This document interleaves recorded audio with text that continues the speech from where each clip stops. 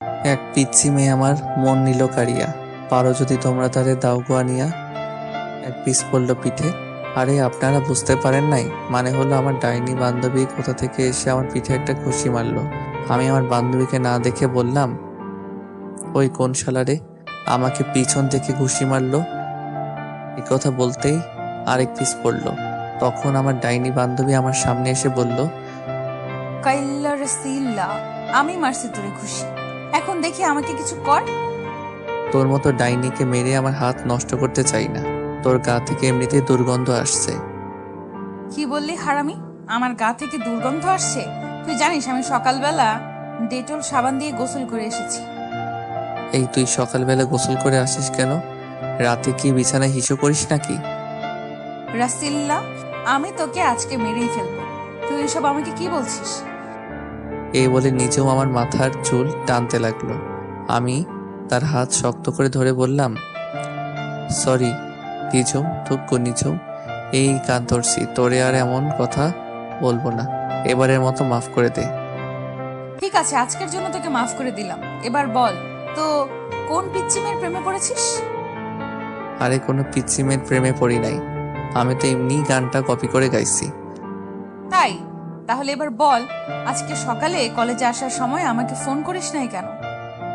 আসলে রাইসার স্কুলে দেরি হয়ে গেছে, তাই ওরে দ্রুত বাইক দিয়ে স্কুলে দিয়ে আসলাম। এই কারণে তোকে ফোন দিতে পারি নাই, সরি দোস্ত। ঠিক আছে, এবার চল, ক্লাসের সময় হয়ে গেছে। আমিও আর বসে না থেকে দুজনে ক্লাসের দিকে যেতে লাগলাম। ক্লাসে যেতে যেতে আপনাদের পরিচয়টা দিয়ে দিই। আমি আপনাদের সুনামধন্য সেই পুরনো রোমান্টিক গল্প লেখক কাইল্লা রাসিল্লা, সরি প্রবাসী রাসেল। আমার পরিবারের সদস্য 4 জন, বাবা মা এবং আমার ছোট আদরের কলিজার বোন রাইসা আর আমি। আমাদের নিজস্ব ব্যবসা প্রতিষ্ঠান আছে, আব্বু ওগুলো দেখাশোনা করে, আম্মু বাসায় থাকে। আমি ইন্টার ফাইনাল ইয়ারে পড়ি, আর আমার ছোট বোন রাইসা এবার ক্লাস 5-এ পড়ে। আর ওই যে আমার একটা ডাইনি বান্ধবী আছে না নিঝুম, ওর সাথে কলেজে ওঠার পর থেকে পরিচয়। নিঝুমের বাবা আমাদের অফিসের ম্যানেজার হিসেবে কাজ করেন।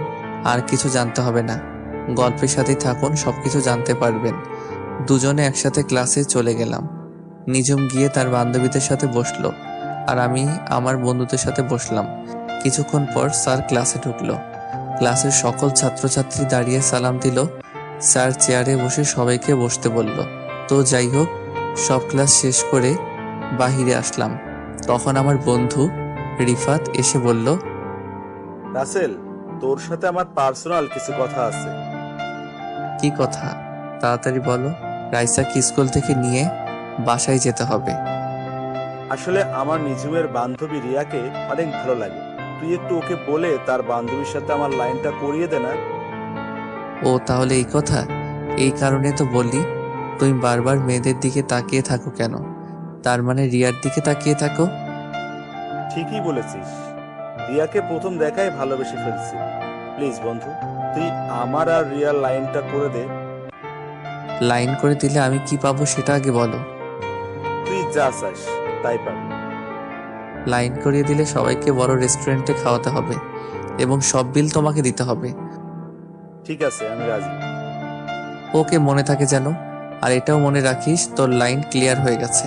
এখন বাসায় গিয়ে নাকে তেল দিয়ে ঘুমিয়ে পড়ো। রিফাত ঠিক আছে বলে চলে গেল। কিছুক্ষণ পর নিঝুম আসলো। তখনও আমাকে বলল, কি রে, রিফাতের সাথে দাঁড়িয়ে কি কথা বলছিস? প্রেমে পড়েছে মন, প্রেমে পড়েছে। আমার বন্ধু রিফাত একটা মেয়ের প্রেমে পড়েছে। তাই নাকি? তা মেয়েটা কে? মেয়েটার কেউ নয়, তোর বান্ধবী রিয়া। কি বলছিস তুই? তাই নাকি? তাহলে তো লাইন পুরো ক্লিয়ার। ওই ডাইনি লাইন ক্লিয়ার মানে?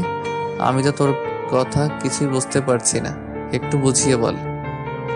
তুই যে সময় রিফাতের সাথে কথা বলছিস, তখন রিয়া আমাকে দাঁড় করিয়ে বলছে সেও নাকি রিফাতকে পছন্দ করে ফেলছে। আমাকে বলছে তোর সাথে কথা বলে ওদের লাইনটা করে দিতে। তাহলে তো হয়ে গেল। কালকে তাহলে 5 স্টার হোটেলে খানা হবে। হয়েছে, এখন তাড়াতাড়ি চল। তুই না আবার রাইসাকে স্কুল থেকে বাসায় নিয়ে যাবি? আমি ঠিক আছে বলে পার্কিং থেকে বাইকটা নিয়ে কলেজের গেটে আসলাম। মিমকে একটা রিক্সায় উঠিয়ে দিয়ে আমি সোজা চলে গেলাম রাইসার স্কুলের সামনে। স্কুলের সামনে গিয়ে দেখি আমার কলিজার বোনটা রাগ করে গেটের সামনে বসে আছে। আমি বাইকটা নিয়ে সোজা রাইসার সামনে দাঁড়ালাম। সরি কলিজার বোন আমার, আজকে ভাইয়ার একটু দেরি হয়ে গেছে। ভাইয়া, তুমি আর কতবার এমন কথা বলবে? তুমি সবসময় আমাকে নিতে দেরি করে আসো। আমার বুঝি কষ্ট হয় না দাঁড়িয়ে থাকতে? এই যে বোন আমার, এই কানে ধরলাম, আজকের পর আর দেরি হবে না, এবারের মতো সরি। সরি বলে কাজ হবে না। আমার আইসক্রিম এবং চকলেট কিনে দিতে হবে। ঠিক আছে দিব, এবার বাইকে ওঠো। রাইসা একটা মুচকি হাসি দিয়ে বাইকের পিছনে উঠলো। আমার বোনের মিষ্টি হাসি দেখলে আমার দিন অনেক ভালো কাটে। বোনের কান্না আমি সহ্য করতে পারি না। আজ পর্যন্ত রাইসারকে একটা টোকা পর্যন্ত দেই নাই। আব্বু আম্মু সবাই রাইসাকে অনেক আদর করে। আবার ভাববেন না শুধু রাইসাকে আদর করে, আমাকেও কম করে না। তো যাই হোক, রাইসাকে নিয়ে বাসায় চলে আসলাম। আসার সময় রাইসাকে আইসক্রিম এবং চকলেট কিনে দিছি। বাইক পার্কিং করে দুই ভাই বোন বাসার কলিং বেল চাপ দিলাম। খালা এসে দরজা খুলে দিল। খালা মানে কাজের বুয়া, আমি ওনাকে খালা বলে ডাকি।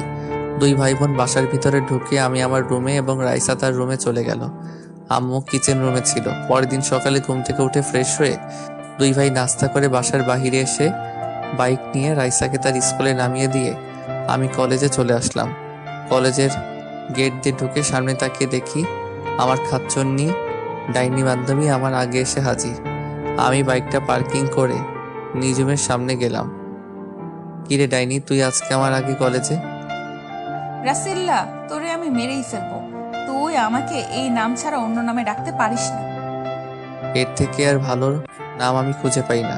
তুই তো এমনিতেই একটা ডাইনি, সব সময় আমার সাথে লেগে থাকিস। কি? তার মানে তুই বলতে চাইছিস আমি সব সময় তোর সাথে ঝগড়া করি? তা নয় তো কি। আমি দেখতে কত সুন্দর, আমার আব্বা আম্মা কি সুন্দর একটা নাম দিছে রাসেল, আর তুই আমাকে কি নামে ডাকিস? তাই নাকি? তুই অনেক, তোর নামটা অনেক সুন্দর, তাই না? তাহলে আজ পর্যন্ত একটা প্রেম করতে পারলি না কেন? তোর মতো ডাইনি আমার সাথে থাকলে কোনো মেয়ে আমার সামনে আসতে সাহস করে না। কেন, আমি কি বাঘ না ভাল্লুক যে আমাকে তারা ভয় পায়? তার থেকে কম কোথায়। কত সুন্দর সুন্দর মেয়ে কলেজে পড়ে, আমার সাথে কথা বলতে চায়, তোকে সাথে দেখলে আসতে চায় না। তার মানে তুই বলতে চাইছিস আমি যেন তোর সাথে না থাকি? ঠিক আছে, আজকের পর আমি তোর সামনে কখনো আসবো না। এই বলে নিঝুম কলেজ থেকে বেরিয়ে গেল। আমি পিছন থেকে অনেকবার ডেকেছি, কিন্তু ও আমার ডাকে সাড়া না দিয়ে চলে গেল। বুঝেছি নিঝুম আমার সাথে অভিমান করেছে। আমি আর কিছু না ভেবে ক্লাসে চলে গেলাম। ক্লাসে এসে রিফাতের সাথে বসলাম। তখন রিফাত আমাকে বলল, কিরে, মিমকে তোর সাথে দেখলাম, নিঝুম কোথায়? আমার সাথে রাগ করে চলে গেছে। এটা তো নতুন কিছু নয়। এখন রাগ করবে, কিছুক্ষণ পর তোর 14 গোষ্ঠী উদ্ধার করবে। সেটা আমি ভালোই করে জানি, তবে আজকে একটু বেশি রেগে গেছে। মনে হয় না তাদের বাড়িতে না যাওয়া পর্যন্ত রাগ থামাতে পারবো। আচ্ছা, ওটা বাদ দে, এখন বল আমার বিষয়ে কতটুকু আগালি? তোর লাইন মনে কর ক্লিয়ার। কলেজ শেষে 5 স্টার হোটেলে নিয়ে যাস, তাহলে শোন। তারপর গতকালের সবকিছু রিফাতকে খুলে বললাম। বস কি মামা, তাহলে তো ক্লাস শেষ করে রিয়াকে প্রপোজ করব। ঠিক আছে, করিস। তারপর আরো কিছুক্ষণ কথা বলার পর ক্লাসে স্যার চলে আসলো। আমরা সবাই দাঁড়িয়ে স্যারকে সালাম দিলাম। স্যার সবাইকে বসতে বলে পড়া শুরু করলো। দেখতে দেখতে সব ক্লাস শেষ করে বাহিরে আসলাম। রিফাতও আমার সাথে বের হলো। রিফাত কলেজের পাশের থেকে একটা ফুল ছিঁড়ে হাতে নিল রিয়াকে প্রপোজ করার জন্য। কিছুক্ষণ পর রিয়া ক্লাস থেকে বেরিয়ে আসলো। রিফাত রিয়ার সামনে হাঁটু গেড়ে বসে প্রপোজ করতেই এমন কিছু দেখতে পাবো সেটা কখনোই আশা করি নাই। রিফাত রিয়াকে প্রপোজ করতেই রিয়া রিফাতের গালে ঠাস করে একটা থাপ্পড় মেরে দিল। কি থেকে কি হয়ে গেল আমি দাঁড়িয়ে না থেকে ওদের সামনে গিয়ে রিয়াকে বললাম, রিয়া তুই এটা কি করলি? তুই রিফাতকে থাপ্পড় মারলি কেন? তুই না ওকে পছন্দ করিস? মিম আমাকে সবকিছু খুলে বলছে। আরে ও ভাবলো কি রে, আমি ওকে ভালোবাসবো? যে ছেলে আমার ভাইকে কলেজের সবার সামনে মারতে পারে, আমি তাকে ভালোবাসবো? তোর ভাই মানে? তুই কার কথা বলছিস? আমার ভাই হচ্ছে এই এলাকার মেয়র আমজাদ খানের ছেলে, মুরাদ চৌধুরী।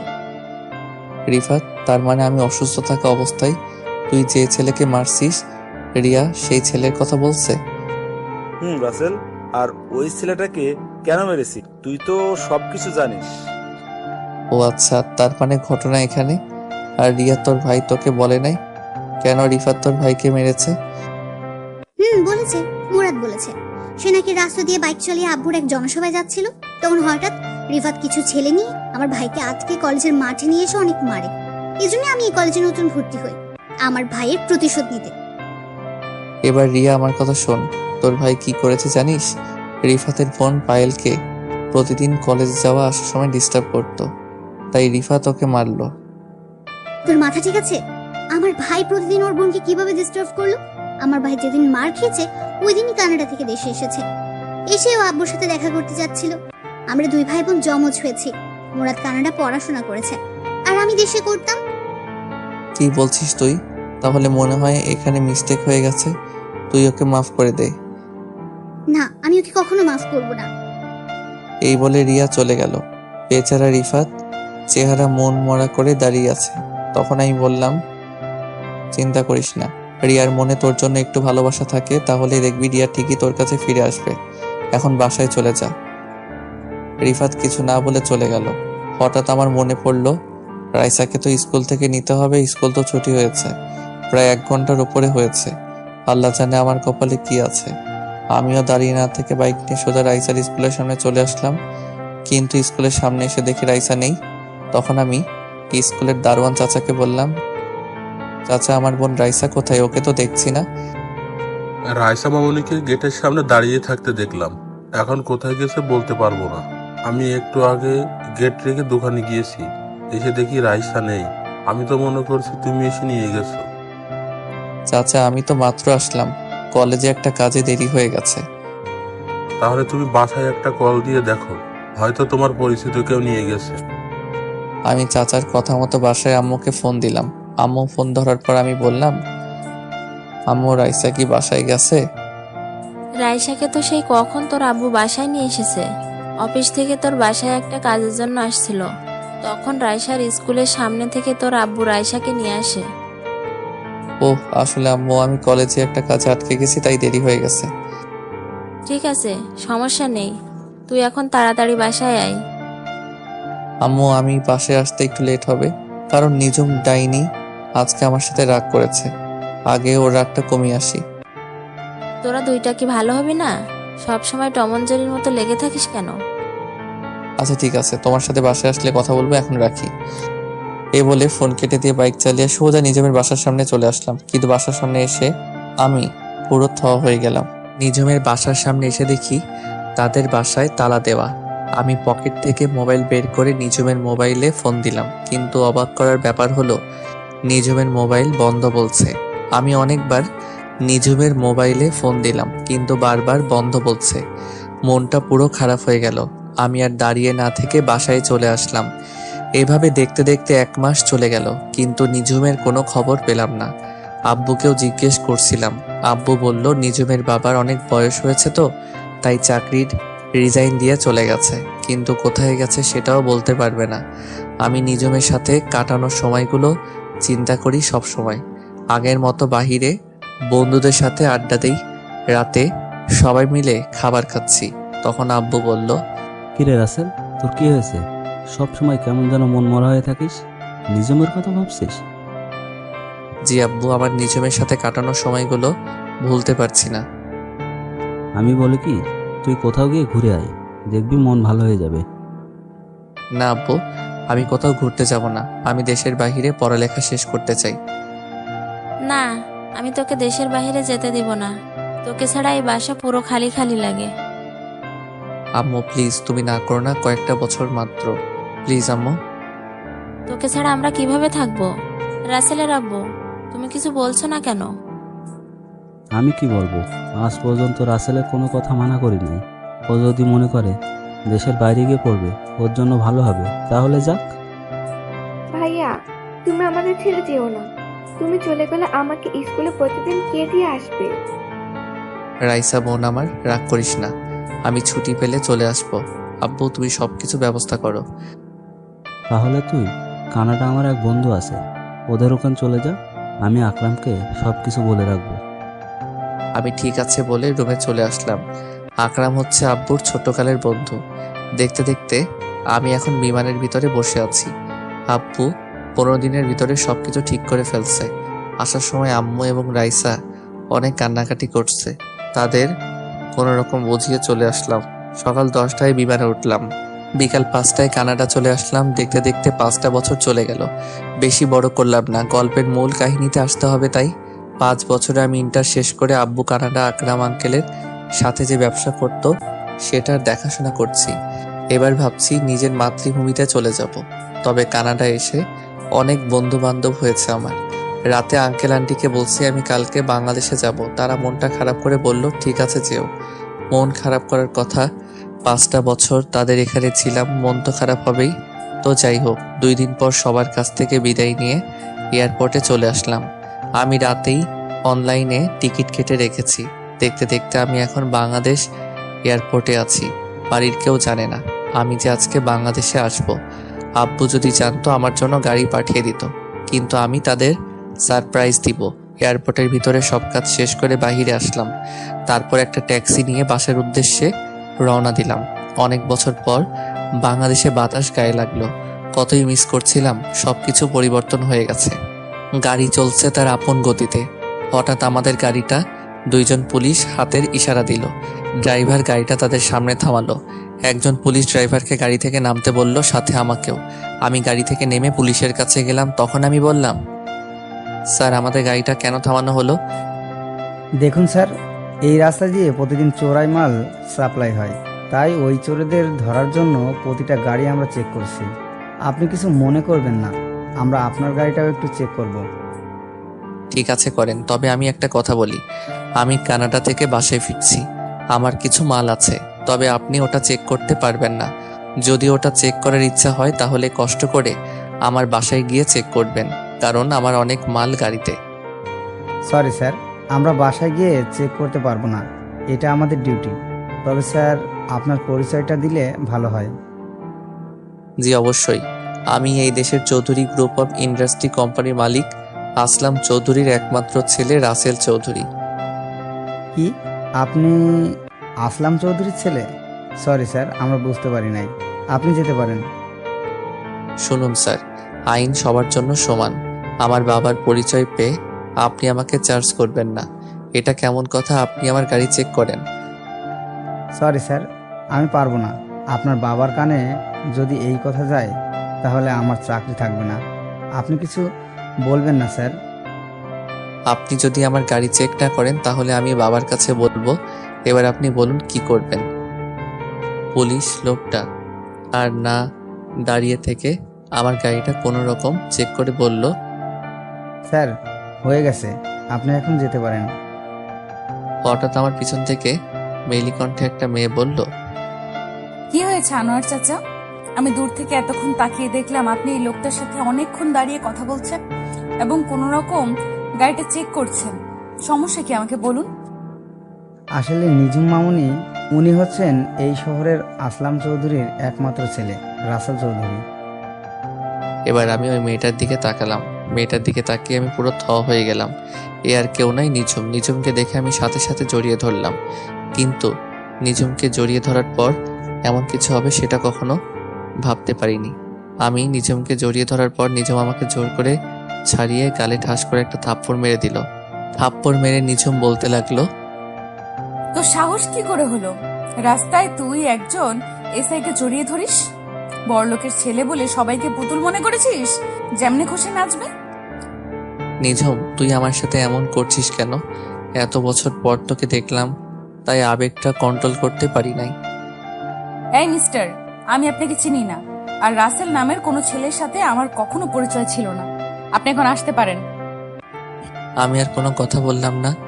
নিঝুম সাধারণ একটা বিষয় নিয়ে এখন আমার উপর রেগে আছে, তাই বলে আমার সাথে এমন বিহেভ করবে? চোখ দিয়ে কখন যে 2 ফোঁটা পানি পড়ে গেল বুঝতে পারিনি। চোখের পানি মুছে গাড়িতে উঠলাম। একটা কথা বলতে কি, নিঝুম আগের থেকে অনেক সুন্দর হয়েছে, আর এসআই এর পোশাকে তো দারুণ মানিয়েছে নিঝুমকে। দেখতে দেখতে বাসার সামনে চলে আসলাম, কিন্তু বাসার সামনে এসে তো আমি আরো অবাক হয়ে গেলাম। বাসার সামনে এসে দেখি আমাদের বাড়িটা আলোকসজ্জা দিয়ে সাজিয়ে রেখেছে। বাসায় কি হচ্ছে আমি তো কিছুই জানি না। আমি গাড়ি থেকে নেমে দারোয়ান চাচাকে গেট খুলতে বললাম, তারপর গাড়ি বাসার ভিতরে ঢুকলো। আমি দারোয়ান চাচাকে বললাম, চাচা বাসা এত সুন্দর করে সাজানোর কারণ কি? ও মা, ঠিকই, তুমি কিছুই জানো না? আজকে রায়সা মামনির জন্মদিন, সেজন্যই তো এত আয়োজন। ও শিট, আমি তো ভুলেই গেছি। আজকে যে রাইসার জন্মদিন, যাক ভালোই হলো। রাইসার জন্য কানাডা থেকে ওর পছন্দের একটা ঘড়ি এনেছি, ওটাই উপহার দিব রাইসাকে। আমি চাচা এবং ড্রাইভারকে বললাম আমার মালগুলো বাসার ভিতরে নিয়ে আসতে। আমি বাসার কলিং বেল চাপ দিলাম। খালা এসে দরজা খুলে দিল। বাসার ভিতরে ঢুকে দেখি পুরো বাসা মেহমান দিয়ে ভরপুর, সব নামি দামি গেস্ট। ও আপনাদের তো বলতে ভুলে গেছি, পুরো বাড়ির চারপাশে পুলিশে পাহারা দিচ্ছে। শহরের নামকরা ব্যবসায়ীর মেয়ের জন্মদিন বলে কথা। হঠাৎ কোথা থেকে রাইসা আমাকে দেখতে পেয়ে দৌড়ে এসে জড়িয়ে ধরলো এবং কান্না শুরু করে দিল। আমি রাইসাকে বললাম, এই রাইসা, কান্না করছিস কেন? ভাইয়া তুমি আজকে বাড়িতে আসবে, সেটা আগে বলো নাই কেন? আরে আমি তো তোদের সারপ্রাইজ দিব বলে বলি নাই। তাই বলে তুমি এইভাবে আসবে? তুমি জানো তোমাকে আমি অনেক মিস করছি। হয়েছে বোন, এবার কান্না বন্ধ কর। এখন তো চলে আসছে, এবার বল আব্বু আম্মু কোথায়? আম্মু পাকঘরে আছে, আব্বু তার গেস্টদের সাথে কথা বলছে। ঠিক আছে, আমি আব্বু আম্মুর সাথে দেখা করে আসি। রাইসা ঠিক আছে বলে আমার সাথে যেতে লাগলো। হঠাৎ একটা জায়গায় চোখ পড়ল। আমি মনে মনে বলতে লাগলাম, ও এখানে কেন? আপনারা ঠিকই ধরেছেন, এ আর কেউ নয়, নিঝুম। কিন্তু নিঝুম আমার আগে বাসায় আসলো কিভাবে? হয়তো এসআই দেখে তাড়াতাড়ি চলে এসেছে। আমি আসতে একটু জ্যামে পড়েছি, তাই হয়তো আমার আগে এসেছে। তবে নিঝুম দাঁড়িয়ে ছেলেদের সাথে হেসে হেসে কথা বলছে, সেটা আমার অনেক খারাপ লাগলো। আমি আর দাঁড়িয়ে না থেকে আম্মুর কাছে গেলাম। আম্মু আমাকে দেখে জড়িয়ে ধরে কান্না করে দিল। তখন আমি বললাম, এই আম্মু, তুমি কান্না করছো কেন? তোমার কান্না আমার ভালো লাগে না। এটা দুঃখের কান্না নয়, সুখের কান্না। তুই আমাদের বলে আসলি না কেন? বললে কি সারপ্রাইজ দিতে পারতাম। ঠিক আছে, এখন রুমে গিয়ে ফ্রেশ হয়ে নিচে আয়। গেস্ট সবাই চলে এসেছে। তোর আব্বুর সাথে দেখা করছিস? এখনো করি নাই, ভাবছি তোমার সাথে দেখা করে তারপর আব্বুর সাথে দেখা করব। আচ্ছা, তুই ফ্রেশ হয়ে দেখা করিস, তুই অনেক দূর থেকে এসেছিস। আমি ঠিক আছে বলে আমার রুমে চলে আসলাম। আমার রুমটা আগের মতোই আছে, তবে রুমটা সুন্দর করে সাজিয়ে রেখেছে আম্মু। আমি আর কিছু না ভেবে ওয়াশরুমে চলে গেলাম। ফ্রেশ হয়ে গায়ের শার্টটা খুলে নতুন একটা পাঞ্জাবি পরেছি। পাঞ্জাবি পরে নিচে চলে আসলাম। তারপর আব্বুর সাথে করতে লাগলাম, আসসালামু আলাইকুম আব্বু, কেমন আছো? আরে রাসেল, তুমি কখন এসেছো? আমাকে তো বলে আসো নাই।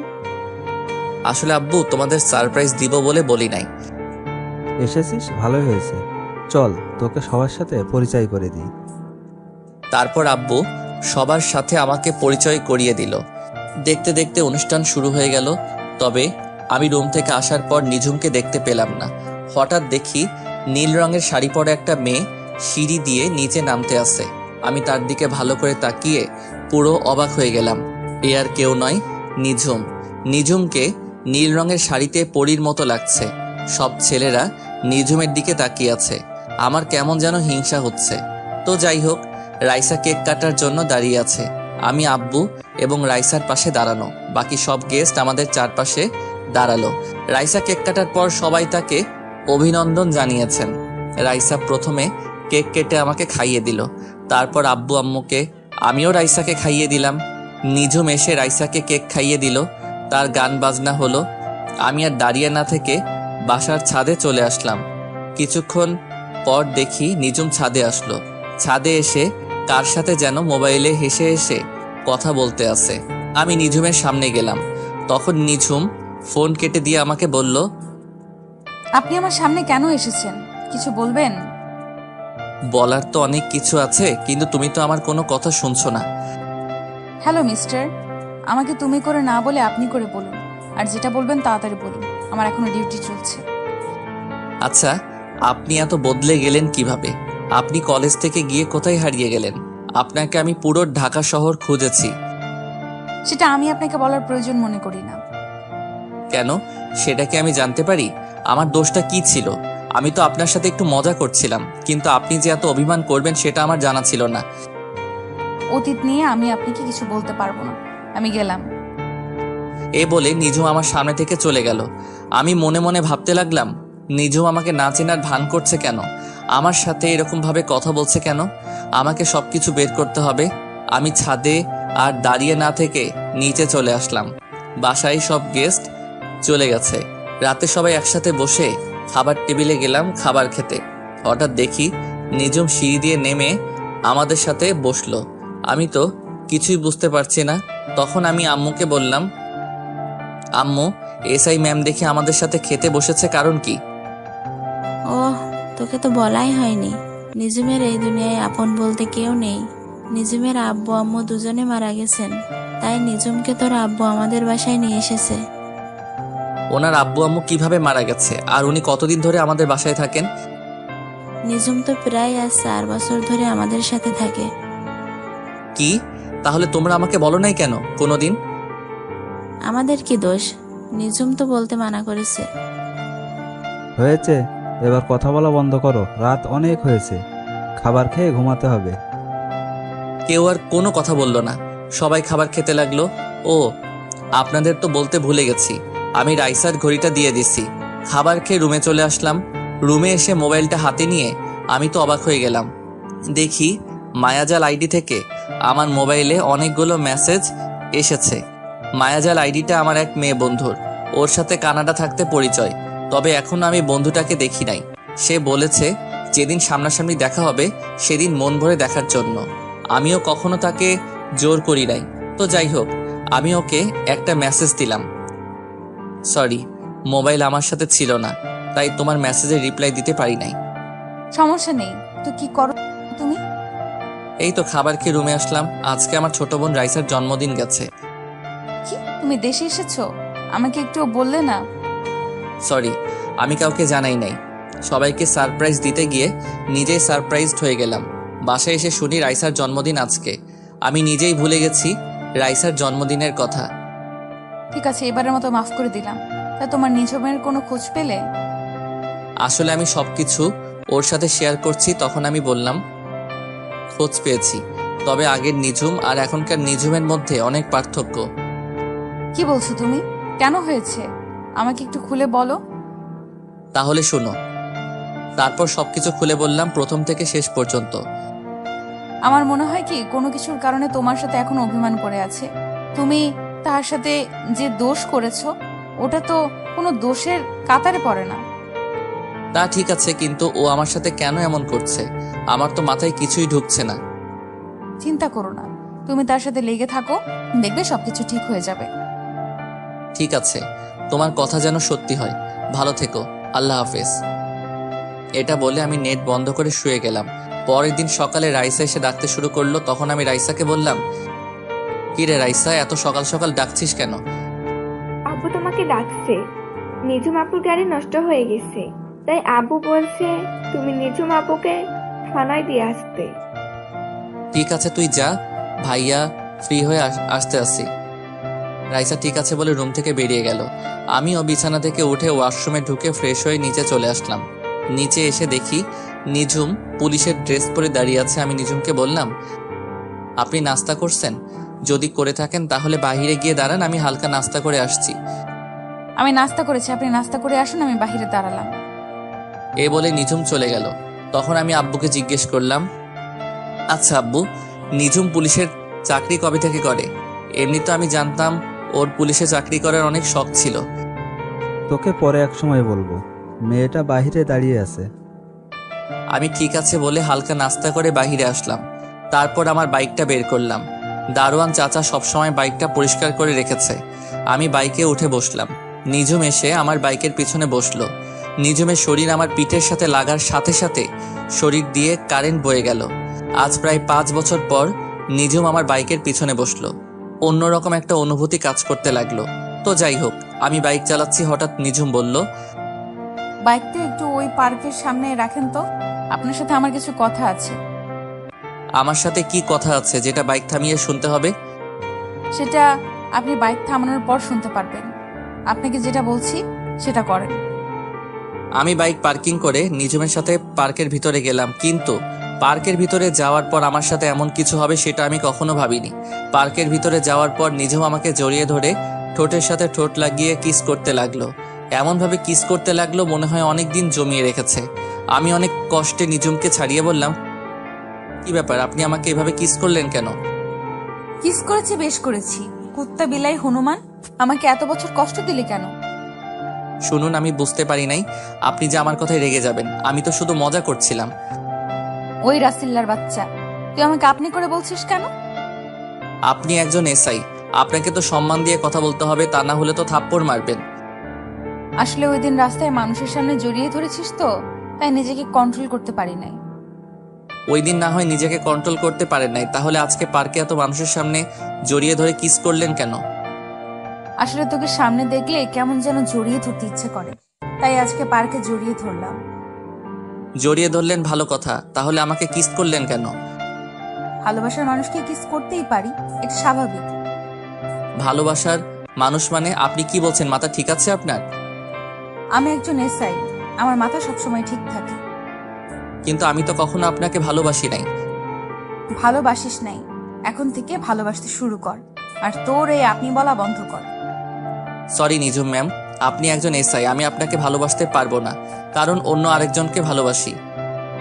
ও সরি, আমি বুঝতে পারি নাই, তুমি আমাকে মাফ করে দিও। ঠিক আছে, তবে এরকম ভুল আর যেন না করেন। তো চলুন আপনাকে থানায় নামিয়ে দিয়ে আসি। তোকে আর কষ্ট করতে হবে না, আমি একাই যেতে পারবো। এই বলে নিজম পার্ক থেকে বেরিয়ে গেল মন খারাপ করে। আপনারা কি মনে করেছেন আমি নিজমকে ভালোবাসি না? তাহলে ভুল ভাবছেন। আমি নিজমকে প্রথম দেখায় ভালোবেসে ফেলেছি। ওকে একটু কষ্ট দেওয়ার জন্য এমন করেছি, কারণ ও আমাকে থাপ্পড় মেরেছে, ওইটার জন্য একটু কষ্ট দিব। তো যাই হোক, আমি পার্ক থেকে বেরিয়ে বাইক নিয়ে বাসার দিকে আসার সময় হঠাৎ দেখি রিফাতের মতো একটা ছেলে ভিক্ষা করতে আসে। আসলে কানাডা যাওয়ার পর রিফাতের সাথে আর কোনো যোগাযোগ হয়নি। আমি বাইকটা নিয়ে ছেলেটার সামনে গেলাম। আমি দূর থেকে যেটা আন্দাজ করছি সেটাই হয়েছে। আমি রিফাতের সামনে যাওয়ার পর রিফাতের দিকে তাকিয়ে অবাক হয়ে গেলাম। কি রিফাত, কি হয়ে গেল? নোংরা জামা কাপড় পরে আছে, চেহারার দিকে তাকালে বোঝা যায় 2-3 দিন মনে হয় কিছু খাইনি। আমি রিফাতকে বললাম, কিরে রিফাত, কেমন আছিস? আর তোর এই অবস্থা কেন? তুই তো এমন ছিলি না, কি হয়েছে আমাকে সবকিছু খুলে বল। বন্ধু, তোকে সবকিছু বলবো। 2 দিন ধরে কিছু খাইনি, খুব ক্ষুধা লাগছে। এই 2 দিন ধরে পানি খেয়ে আছি। আমাকে হোটেলে ভাত খাওয়াবি? আরে তুই এটা কি বলছিস? তুই 2 দিন ধরে না খেয়ে আছিস, তাড়াতাড়ি আমার সাথে হোটেলে চল। এই বলে রিফাতকে নিয়ে একটা হোটেলে গেলাম। তারপর রিফাতকে পেট ভরে খাবার খাওয়ালাম। এরপর দুজনে রাস্তার পাশে একটা জায়গায় বসলাম। তখন আমি বললাম, এবার বল, তোর এই অবস্থা কেন? তোদের তো কখনো কোনো কিছুর কমতি ছিল না। তাহলে শোন, এই সব কিছুর জন্য ওই রিয়া মেয়েটাই দায়ী। মানে কি বলছিস তুই? রিয়া তোর সাথে কি করেছে? রিয়া শুধু আমার সাথে করে নাই, ওর বাবা মিলে করেছে। তুই বলছিস না, রিয়ার মনে যদি আমার জন্য ভালোবাসা থাকে তাহলে রিয়া ঠিকই আমার কাছে ফিরে আসবে। সেটা তো আমি বলেছি, তারপর কি হলো? তোর কথা মতো রিয়া কিছুদিন পর আমার কাছে এসে ক্ষমা চেয়ে ভালোবাসি বলেছে, কিন্তু ওর মনে যে অন্যটা ছিল সেটা আমার জানা ছিল না। 2-3 মাস ভালোই আমাদের প্রেম চলছিল, হঠাৎ রিয়া আমার সাথে এমন কিছু করবে সেটা আমি কখনো ভাবিনি। হঠাৎ তোর সাথে রিয়া কি করেছে? হঠাৎ একদিন রিয়া আমাকে বলছে আমার বাবাকে নিয়ে যেন তাদের বাসায় যাই। আমিও আব্বুকে বুঝিয়ে রিয়াদের বাসায় আব্বুকে নিয়ে যাই। তাহলে একটু চলুন, ওখানে কি হয়েছে তাদের মুখ থেকে শুনে আসি। আমরা একটু অতীত থেকে ঘুরে আসি। রিফাত তার আব্বুকে নিয়ে রিয়াদের বাসার সামনে দাঁড়িয়ে কলিং বেল চাপ দিল। কিছুক্ষণ পর কাজের বুয়া এসে দরজা খুলে দিল। রিফাত এবং তার আব্বু ভিতরে গিয়ে সোফায় বসলো। কিছুক্ষণ পর রিয়া এবং রিয়ার আব্বু ওপর থেকে সিঁড়ি দিয়ে নেমে আসলেন। তখন রিয়ার আব্বু বলল, আরে খান সাহেব, কেমন আছেন? ব্যবসা বাণিজ্য কেমন চলছে? আলহামদুলিল্লাহ ভালো আছি। আপনি কেমন আছেন? ব্যবসা আল্লাহ দিলে ভালোই চলছে। আমিও ভালো আছি। তো যে জন্য আপনাকে ডেকেছি, আমার মেয়ে রিয়া এবং আপনার ছেলে রিফাত দুজন দুজনকে অনেক বেশি ভালোবাসে। তাই আমি কি বলতে চাইছি আপনি হয়তো বুঝতে পারছেন। বুঝতে পেরেছি। এখানে আমার কোনো আপত্তি নেই। আপনি একজন মেয়র মানুষ, আপনি যেটা ভালো মনে করবেন সেটাই করেন। ঠিক আছে, তবে আমার একটা শর্ত আছে, আপনি আপনার সব সম্পত্তি আপনার ছেলের নামে লিখে দিতে হবে। আরে এটা কোনো শর্ত হলো? আমার সম্পত্তির অর্ধেকের মালিক তো আমার ছেলে, আর আমি মরে গেলে তো সব কিছু আমার ছেলেরই হবে। ঠিক আছে, আপনি যদি এতে খুশি হন তাহলে আমি আজকে রিফাতের নামে বাকি অর্ধেক সম্পত্তি এবং আমার সব কিছু ওকে লিখে দেব। এরপর আরো কিছুক্ষণ কথা বলে রিফাত এবং তার আব্বু বাসায় চলে এসেছে। এক সপ্তাহের ভিতরে রিফাতের আব্বু সবকিছু রিফাতের নামে লিখে দিল। এর কয়েকদিন পর রিফাতের আব্বু অফিস থেকে বাসায় ফিরছিল, তখন হঠাৎ কিছু লোক রিফাতের আব্বুর গাড়ি দাঁড় করায়। রিফাতের আব্বু গাড়ি থেকে নামার সাথে সাথে লোকগুলো রিফাতের আব্বুকে গাড়ির সাথে বেঁধে ফেলে। বেঁধে ফেলার পর একটা গাড়ি থেকে রিয়া এবং রিয়ার আব্বু নেমে রিফাতের আব্বুর সামনে আসে। তখন রিফাতের আব্বু বলল, মেয়র সাহেব, আপনি এখানে? আর রিয়া মামুনি, তোমরা এখানে কেন? আপনি কি বুঝতে পারেননি? একটু অপেক্ষা করুন, তারপর সবকিছু বুঝতে পারবেন। তারপর রিয়া মোবাইলটা বের করে রিফাতকে ফোন দিয়ে বলল এই জায়গায় আসার জন্য। কিছুক্ষণ পর রিফাত চলে আসলো। তখন রিফাত বলল, আঙ্কেল এবং রিয়া, আমার বাবাকে এভাবে গাড়ির সাথে বেঁধে রেখেছো কেন? কারণটা বলি। কারণ হচ্ছে তোর বাবা তোকে যে সম্পত্তিগুলো লিখে দিছে সবগুলো আমার মেয়ের নামে লিখে দিবি, আর তা না দিলে তোর বাবাকে এখানে মেরে পুঁতে দিব। আমার কেউ কিছু করতে পারবে না। না রিফাত, তুই এটা করিস না, আমরা রাস্তার ফকির হয়ে যাব। আব্বু, আমার সম্পত্তি লাগবো না, আমি তোমাকে হারাতে পারবো না। দরকার হয় ভিক্ষা করে খাবো। আপনি বলুন কোথায় সই করতে হবে? তারপর রিয়ার আব্বু দলিল দিল। রিফাত বাবাকে বাঁচানোর জন্য সই করে দিল। এরপর থেকে রিফাত রাস্তায় রাস্তায় ভিক্ষা করে খায়। এই ছিল রিফাতের অতীতের সব ঘটনা। এবার বাস্তবে আসা যাক। আমি রিফাতকে বললাম, তাহলে এখন তোর বাবা মা কোথায়? আব্বু আম্মুকে নিয়ে এখন একটা বস্তিতে থাকি। আম্মু অসুস্থ হয়ে পড়ে আছে। আব্বু আমার মতো মানুষের কাছে ভিক্ষা করে। কি বলবো, বলার ভাষা হারিয়ে ফেলেছি। মানুষ মানুষের সাথে এমনটা করতে পারে? নিজের চোখ দিয়ে পানি পড়তে লাগলো। আমি চোখের পানি মুছে রিফাতকে বললাম, ঠিক আছে, আমাকে নিয়ে তোদের বস্তিতে চল, আমি তোর মাকে দেখব। রিফাত ঠিক আছে বলে আমার বাইকের পেছনে উঠল। কিছুক্ষণ পর বস্তিতে চলে আসলাম। বস্তিতে আসার পর চারপাশে ময়লার গন্ধ। মানুষ কিভাবে থাকে এখানে? আমার 1 মিনিটে দম বন্ধ হয়ে আসছে। আর এরা বছরের পর বছর এখানে বাস করে। রিফাত আমাকে তাদের রুমে নিয়ে গেল। রুমে ঢুকে দেখি রিফাতের আম্মু একটা ছেঁড়া কাঁথা মুড়ি দিয়ে শুয়ে আছে। রুমে খাবার খাবার কিছু নেই। বাপ বেটা মিলে যা ইনকাম করে তা রিফাতের আম্মুর ঔষধে লাগে। আমি আর সহ্য করতে না পেরে রিফাতকে বললাম, রিফাত, আমি তোর কোনো কথা শুনবো না। তুই এখনই আন্টিকে কোলে নিয়ে বেরিয়ে আয়। আমি গাড়ি ঠিক করতে আসি। তোরা সবাই আজকে থেকে আমার বাসায় থাকবি, আর রিয়া আর মেয়রের ব্যবস্থা পরে করব। এই বলে আমি বস্তির ভিতর থেকে বেরিয়ে আসলাম। রিফাত ওর আম্মুকে নিয়ে কিছুক্ষণ পর বেরিয়ে আসলো। এর ফাঁকে আমি একটা গাড়ি ঠিক করে ফেলেছি। রিফাত ওর আম্মুকে গাড়িতে উঠালো। হঠাৎ রিফাতের আব্বু আসলো। ওনাকে দেখে আমি তো আরো অবাক হয়ে গেলাম। যে মানুষ সবসময় দামি দামি জামা কাপড় পরে থাকতো, আজ উনি একটা ছেঁড়া শার্ট গায়ে পরে ভিক্ষা করে। এরপর রিফাতের আব্বুকেও সাথে নিলাম। আমরা আগে একটা বড় হাসপাতালে রিফাতের আম্মুকে নিয়ে গেলাম। ডাক্তার রিফাতের আম্মুর কিছু পরীক্ষা করলো এবং কিছু ওষুধ লিখে দিল। বিকৃতিতে বলেছে ওষুধগুলো খেলে আল্লাহ দিলে সুস্থ হয়ে যাবে। তারপর রিফাতের আম্মুকে নিয়ে আমার বাসায় চলে আসলাম। বাসায় আনার পর আব্বু আম্মু সবাই অনেক খুশি হলো। আর বেশি বড় করলাম না। রাতে রিফাত সহ তার আব্বু আম্মুকে খাবার খাইয়ে দিলাম। রিফাত আমার সাথে ঘুমাবে। রাত্রে খাবার টেবিলে সবাই বসে খাবার খাচ্ছি, কিন্তু নিঝুম মন খারাপ করে খাবার খাচ্ছে। তখন আম্মু বলল, কিরে নিঝুম, তুই এমন মন মরা হয়ে আছিস কেন? শরীর খারাপ লাগছে নাকি? না আন্টি, আমি ঠিক আছি। আব্বু আম্মুর কথা মনে পড়ছে নাকি? না আন্টি, তেমন কিছু না, এমনিতেই ভালো লাগছে না। তোমরা খাও, আমি রুমে গেলাম। তুই তো কিছুই খেলি না। না খেলে শরীর আরো বেশি খারাপ করবে। একদিন রাতে না খেলে কিচ্ছু হবে না, আমি গেলাম। এই বলে নিঝুম রুমে চলে গেল। তখন আমি বললাম, আরে নিঝুমের আব্বু আম্মুর কি হয়েছে? তারা কিভাবে মারা গেল? নিঝুমের আব্বু চাকরি রিজাইন দেওয়ার পরে তাদের গ্রামের বাসায় চলে যায়। কয় মাস যাওয়ার পরে নিঝুমের আব্বু অনেক অসুস্থ হয়ে পড়ে। তারপর নিঝুম তার আব্বুকে নিয়ে ঢাকায় আসে। ঢাকায় আসার পর নিঝুমের আব্বুর ক্যান্সার ধরা পড়ে। যা টাকা জমানো ছিল সব টাকা শেষ হয়ে গেছে। আমি কিছুই জানতাম না, আমাকে একটাবার বলে নাই। হঠাৎ একদিন রাতে নিজুমের আব্বু হাসপাতালে মারা যায়। নিজুমের আব্বু মারা যাওয়ার পর নিজুমের আম্মু স্ট্রোক করে মারা যায়। এরপর থেকে নিজুম আমাদের সাথে থাকে। ও, তোমরা পরে খবর পেলে কিভাবে? আর নিজুম পুলিশের চাকরি কবে থেকে করে? যেদিন নিজুমের আব্বু আম্মু মারা যায় সেদিন রাতে আমার অফিসের এক কর্মী তার বউকে নিয়ে হাসপাতালে যায়। তখন নিজুমকে দেখে সামনে যায়, গিয়ে দেখে ওর আব্বু আম্মুর লাশ। তখন ওই কর্মী আমাকে ফোন দিয়ে বলে, আমি সাথে সাথে হাসপাতালে ছুটে যাই। এরপর নিজুমের কাছ থেকে সব কিছু শুনি। তারপর নিজুমের আব্বু আম্মুকে ঢাকার বড় কবরস্থানে দাফন সম্পন্ন করে। নিজুমকে আমাদের বাসায় নিয়ে আসি। সবকিছু বুঝলাম, এখনো তো বললে না নিজুম পুলিশের এসআই কিভাবে হলো? আসলে আমার সাথে তো প্রধানমন্ত্রীর সাথে ভালো সম্পর্ক, তাই ওনাকে বলে নিজুমকে পুলিশের এসআই বানিয়ে দিল।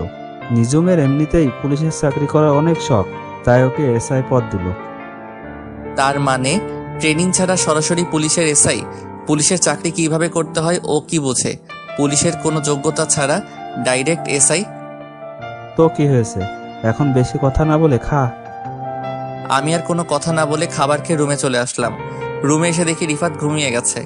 আমি বিছানায় শুয়ে মোবাইলটা হাতে নিয়ে পুরো টাস্কি খেয়ে গেলাম, কারণ মায়াজাল আইডি থেকে অনেকগুলো মেসেজ এসেছে। আমি সাথে সাথে রিপ্লাই দিলাম, কেমন আছো, কি করো, খাওয়া দাওয়া হয়েছে?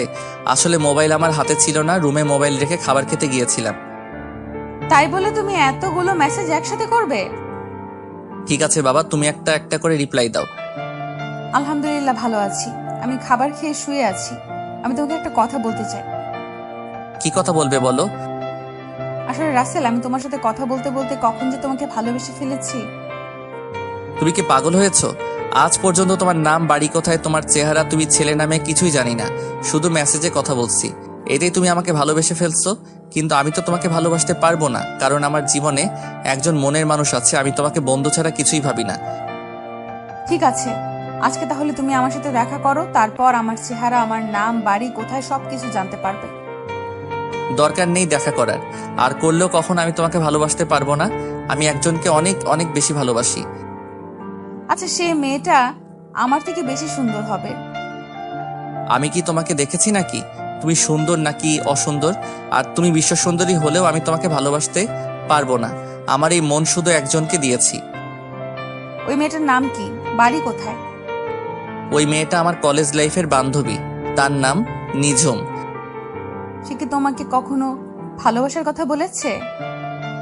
আমাকে সে অনেক বেশি ভালোবাসে, কিন্তু আমি তাকে মানা করে দিছি, কারণ সে আমাকে অনেক কষ্ট দিয়েছে। একটা সাধারণ বিষয় নিয়ে আমার সাথে অভিমান করে দূরে চলে গেছে। রাস্তায় সবার সামনে আমাকে থাপ্পড় মেরেছে। সেজন্য তাকে একটু কষ্ট দিব। যাই করো, তবে বেশি কষ্ট দিও না, পরে আবার হারিয়ে ফেলবে। এবার ওকে হারাতে দিলে তো। ওর জন্য নিজের দেশ ছেড়ে বাহিরে চলে গেছি। নিজের দেশে পুরো 1 মাস খুঁজেছি আমাকে এত কষ্ট দেওয়ার জন্য। তাকেও আমার ভালোবাসা পাওয়ার জন্য কষ্ট করতে হবে। ঠিক আছে, তোমার ভালোবাসা আর পেলাম না। আমার ভালোবাসা না হয় একতরফা নিয়ে বেঁচে থাকবো। এ বলে মায়াজাল অফলাইনে চলে গেল। আমি মোবাইল রেখে ঘুমিয়ে গেলাম। পরের দিন সকালবেলা সবাই মিলে নাস্তা করছি, আর নিঝুমের দিকে তাকিয়ে দেখি আজকে কেমন যেন খুশি খুশি লাগছে তাকে। গতকাল দেখলাম মন খারাপ, আজকে দেখি খুশি। আমি নিঝুমের দিক থেকে চোখ সরিয়ে ফেললাম। তখন আমি আব্বুকে বললাম, আব্বু তুমি রিফাতকে আমাদের অফিসে বড় একটা পোস্টে কাজে লাগিয়ে দাও। আরে এটা অনেক কথা বলছিস, রিফাত ওর নিজের অফিস মনে করে চালাবে। ওর যখন মন চায় অফিসে যেতে পারে। ঠিক আছে আঙ্কেল, তবে আম্মু আরেকটু সুস্থ হোক, তারপর যাব। ঠিক আছে বাবা, আমি তোমাকে এখন যেতে বলছি না। তবে আঙ্কেল, আমার একটা শর্ত আছে। আমি চাকরি করার পর আমি আব্বু আম্মুকে নিয়ে অন্য বাসায় থাকবো। তুমি একথা কেন বলছো সেটা আমি বুঝতে পারছি, সমস্যা নাই। আমি অফিস থেকে তোমাকে একটা ফ্ল্যাট দিব, তুমি ওখানে তোমার আব্বু আম্মুকে নিয়ে থেকো। আর অফিসে যাওয়ার জন্য একটা নিউ কার তোমাকে দেয়া হবে। সেটা হলে তো আরো বেশি ভালো হয়। আপনি সবকিছু ব্যবস্থা করুন। আব্বু ঠিক আছে বলে রুমে চলে গেল। তখন নিঝুম আম্মুকে বলল, আন্টি, আমি একটু মার্কেটে যাব, তুমি রাসেলকে বলো আমাকে নিয়ে যেতে। আপনার গাড়ি থাকতে আমাকে বলছেন কেন? আর আমি আপনাকে কোথাও নিয়ে যেতে পারবো না। রাসেল, মেয়েটা এত করে যখন বলছে, তুই বাবা নিজুমকে নিয়ে মার্কেটে যা। আম্মু, এত সকালে কি এখনো মার্কেট খুলছে নাকি? সমস্যা নেই, মার্কেট না খোলা থাকলে আমি বসে থাকবো, তুমি চলে এসো। আমি ঠিক আছে বলে বাহিরে এসে আব্বুর নতুন গাড়িটা বের করলাম। কিছুক্ষণ পর নিজুম এসে বলল, তুমি গাড়ি নিছো কেন? তোমার বাইক নাও। হ্যালো এসআই ম্যাম, আমার যেটা ভালো লাগে আমি সেটাই নিব। আমি আপনার চাকর না যে আপনি যেটা বলবেন আমি সেটাই করব। নিজুম মুখ ভেক্সি দিয়ে গাড়িতে উঠলো। কিছুক্ষণ পর মার্কেটের সামনে চলে আসলাম। তখন নিজুম বলল, তুমি 5টা মিনিট দাঁড়াও, আমি ভেতর থেকে আসছি। এই বলে নিজুম গাড়ি থেকে নেমে মার্কেটের ভিতরে ঢুকে গেল। আমি গাড়ির ভিতরে বসে মোবাইল টিপতে লাগলাম। প্রায় আধা ঘন্টা হয়ে গেল, নিজুমের আসার কোনো নাম গন্ধ নেই। 5 মিনিটের কথা বলে গেছে। আমি গাড়ি থেকে নেমে মার্কেটের ভিতরে গেলাম। অনেকক্ষণ খুঁজলাম, পেলাম না। তাই মার্কেট থেকে বের হয়ে আসতে হঠাৎ একটা জায়গায় চোখ পড়লো। একটু শিওর হবার জন্য সামনে গেলাম। তারপর নিজের চোখে যেটা দেখলাম তার জন্য মোটেও প্রস্তুত ছিলাম না। এটা আমি কি দেখলাম? নিজের চোখকে বিশ্বাস করাতে পারছি না। তাহলে চলুন কি দেখেছি। আমি দেখলাম একটা ছেলে নিজুমকে কিস করছে। নিজুমও ছেলেটার সাথে তাল মিলিয়ে যাচ্ছে। আমি আর 1 সেকেন্ড না দাঁড়িয়ে সোজা গাড়ির কাছে চলে আসলাম। এটা আমি কি দেখলাম? নিজুম এত খারাপ? গতকাল আমাকে ভালোবাসার কথা বলছে, একদিন না যেতে আরেকটা ছেলের সাথে নিজুম। তার মানে নিজুম এত খারাপ? আমি তাকে অনেক ভালো মনে করেছি। আমি মনে করছি কিছুদিন পর নিজুমকে আপন করে নিব, কিন্তু নিজুম যে এমন করবে সেটা কখনো ভাবতে পারিনি। এই সব কিছু ভাবছি আর চোখ দিয়ে পানি পড়তে লাগলো। কিছুক্ষণ পর দেখি নিজুম ওই ছেলেটাকে বিদায় দিয়ে গাড়ির কাছে আসছে। তার আগেই আমি চোখের পানি মুছে ফেলছি। নিজুম আমার সামনে এসে বলল, চলো, আমার কাজ শেষ, তুমি আমাকে থানায় নামিয়ে দিয়ে আসো। আচ্ছা ওই ছেলেটাকে? আপনাকে দেখলাম ওই ছেলেটার সাথে হেসে হেসে কথা বলতে। ওর নাম আকাশ। আমরা দুজন দুজনকে অনেক বেশি ভালোবাসি। ছেলেটা অনেক দিন আমার পেছনে ঘুরেছে, এমনকি আমাকে ভালোবাসার কথা বলেছে। আমি তাকে বারবার ফিরিয়ে দিয়েছি তোমার কারণে। কিন্তু তুমি তো আমাকে ভালোবাসো না, তুমি অন্য মেয়েকে ভালোবাসো। তাই আকাশকে আপন করে নিলাম। একদিন না যেতে আরেকটা ধরে ফেললেন? বাহ, ভালোই। ঠিক আছে, গাড়িতে ওঠেন, আপনাকে থানায় নামিয়ে দিয়ে আসি। এই বলে আমি গাড়িতে উঠলাম। নিজুমও গাড়িতে উঠলো। তারপর নিজুমকে নিয়ে থানায় চলে আসলাম। নিজুম গাড়ি থেকে নেমে সোজা থানার ভিতরে চলে গেল। আমি গাড়ি ঘুরিয়ে বাসায় চলে আসলাম। নিজের রুমে এসে বিছানায় শুয়ে শুয়ে অনেক সময় কান্না করছি। তার মানে আমি নিজুমকে হারিয়ে ফেলেছি। আব্বু আম্মু বলেছে নিজুমের মনে কষ্ট না দেওয়ার জন্য, কারণ নিজুম বাবা মা মরা মেয়ে। এই সব কিছু ভাবতে ভাবতে কখন যে ঘুমিয়ে গেছি মনে নাই। হঠাৎ আম্মু এসে ডাকতে শুরু করলো। তখন আমি ঘুম থেকে উঠে বিছানায় বসলাম। আম্মু বলল, কিরে রাসেল, তোর কি শরীর খারাপ নাকি? এই অবেলায় শুয়ে আছিস? না আম্মু, আমি ঠিক আছি। বলো কেন ডেকেছ? রাইসার হাত খরচ শেষ হয়ে গেছে, তুই একটু করে রাইসার হাত খরচ দিয়ে আয়। আমি ঠিক আছে বলে বিছানা থেকে উঠে ফ্রেশ হয়ে একটা জামা গায়ে দিয়ে বাসা থেকে বেরিয়ে বাইক নিয়ে সোজা রাইসার হোস্টেলে চলে আসলাম।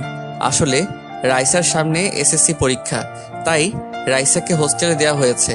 আমি রাইসাকে ফোন দিয়ে নিচে আসতে বললাম। কিছুক্ষণ পর রাইসা নিচে আসলো, আমাকে দেখে জড়িয়ে ধরলো। তখন আমি বললাম, এই রাইসা ছাড়ো আমাকে। মানুষ দেখলে কি বলবে? মানুষ বলবে বুড়ি বোন ভাইকে জড়িয়ে ধরেছে। মানুষ দিয়ে আমার কি? আমি এখনো তোমার কাছে ছোট ভাইয়া। আমি জানি তো তুই আমার এখনো সেই ছোট্ট বোন। এখন বল কত টাকা লাগবে? তোমার যত টাকা মন চাই দিয়ে যাও। আর তুমি তো জানো আমি বাহিরের খাবার খাওয়া কমিয়ে দিচ্ছি। ঠিক আছে, এই নে, এখানে 20,000 টাকা আছে, এগুলো রাখ। শেষ হয়ে গেলে ভাইয়াকে একটা ফোন দিস। রাইসা ঠিক আছে বলে ভিতরে চলে গেল। আমি দাঁড়িয়ে না থেকে বাইক নিয়ে বাসায় যাওয়ার সময় হঠাৎ একজনকে দেখে আমার মাথা পুরো গরম হয়ে গেল। সে আর কেউ নয়, আসলাম মেয়রের মেয়ে রিয়া। রিয়া দেখে একজন রিক্সা চালককে মারতে আসছে। আমি বাইক নিয়ে সোজা রিয়ার সামনে গেলাম। বাইকটা দেখে রিয়াকে ঠাস করে একটা থাপ্পড় মেরে দিলাম। রিয়া গালে হাত দিয়ে আমাকে বলল, রাসেল তুই আমাকে থাপ্পড় মারছিস কেন? তুই রাস্তায় এই বুড়ো মানুষটাকে মারছিস কেন? মারবো না তো কি করবো? উনি আমার কাছ থেকে 50 টাকার ভাড়া 100 টাকা চাইলো কেন? চাচা, আপনি 50 টাকার ভাড়া 100 টাকা কেন চেয়েছেন? উনি মার্কেটে নিয়ে গিয়ে প্রায় 2 ঘন্টা দাঁড় করিয়ে রেখেছে, তাই আমি 50 টাকা বেশি চেয়েছি। এ কারণে মেয়েটা আমাকে মারছে। কিরে, চাচা যেটা বলছে সেটা কি সত্যি? ঠিক বলেছে। তাই বলে 50 টাকা বেশি চাইবে কেন?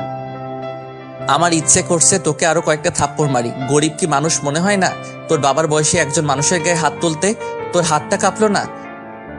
না, আমার হাত কাঁপে না। এসব গরিব নোংরা মানুষদের আমি দেখতেই পারি না। দেখতে যখন পারিস না, তাহলে নোংরা মানুষের রিকশায় উঠছিস কেন? আমার গাড়িটা হঠাৎ রাস্তায় নষ্ট হয়ে যায়, তাই কোনো গাড়ি না পেয়ে ওনার রিক্সায় উঠি। তুই এখনই আমার সামনে থেকে যা, তা না হলে রাস্তায় সবার সামনে আরো কয়টা থাপ্পড় মারবো। তোর বাপ মেয়ের দেখে মানুষকে মানুষ মনে করিস না। ঠিক আছে, আমি যাচ্ছি। তবে তোর এই থাপ্পড়ের প্রতিশোধ আমি কিন্তু নেবই। আরে যা যা, পারলে আমার বালটা সোজা করে দেখাইস। তোর মতো মেয়েকে সোজা করতে আমি রাসেল একাই যথেষ্ট। রিয়া আর কিছু না বলে চলে গেল। তখন আমি চাচাকে কিছু টাকা দিয়ে বাসায় পাঠিয়ে দিলাম। রাস্তার সব মানুষ এতক্ষণ দাঁড়িয়ে দাঁড়িয়ে আমার কাহিনী দেখেছে। হয়তো তারা ভাবছে আমার মতো ছেলের এত সাহস কোথা থেকে আসলো। এলাকার মেয়রের মেয়ের গায়ে হাত তুলছি। তো যাই হোক, আমি বাইক নিয়ে সোজা বাসায় চলে আসলাম। বাসায় এসে নিজের রুমে চলে গেলাম। তারপর ফ্রেশ হয়ে খাবার খেয়ে রুমে চলে আসলাম। দেখতে দেখতে সপ্তাহখানিক চলে গেল।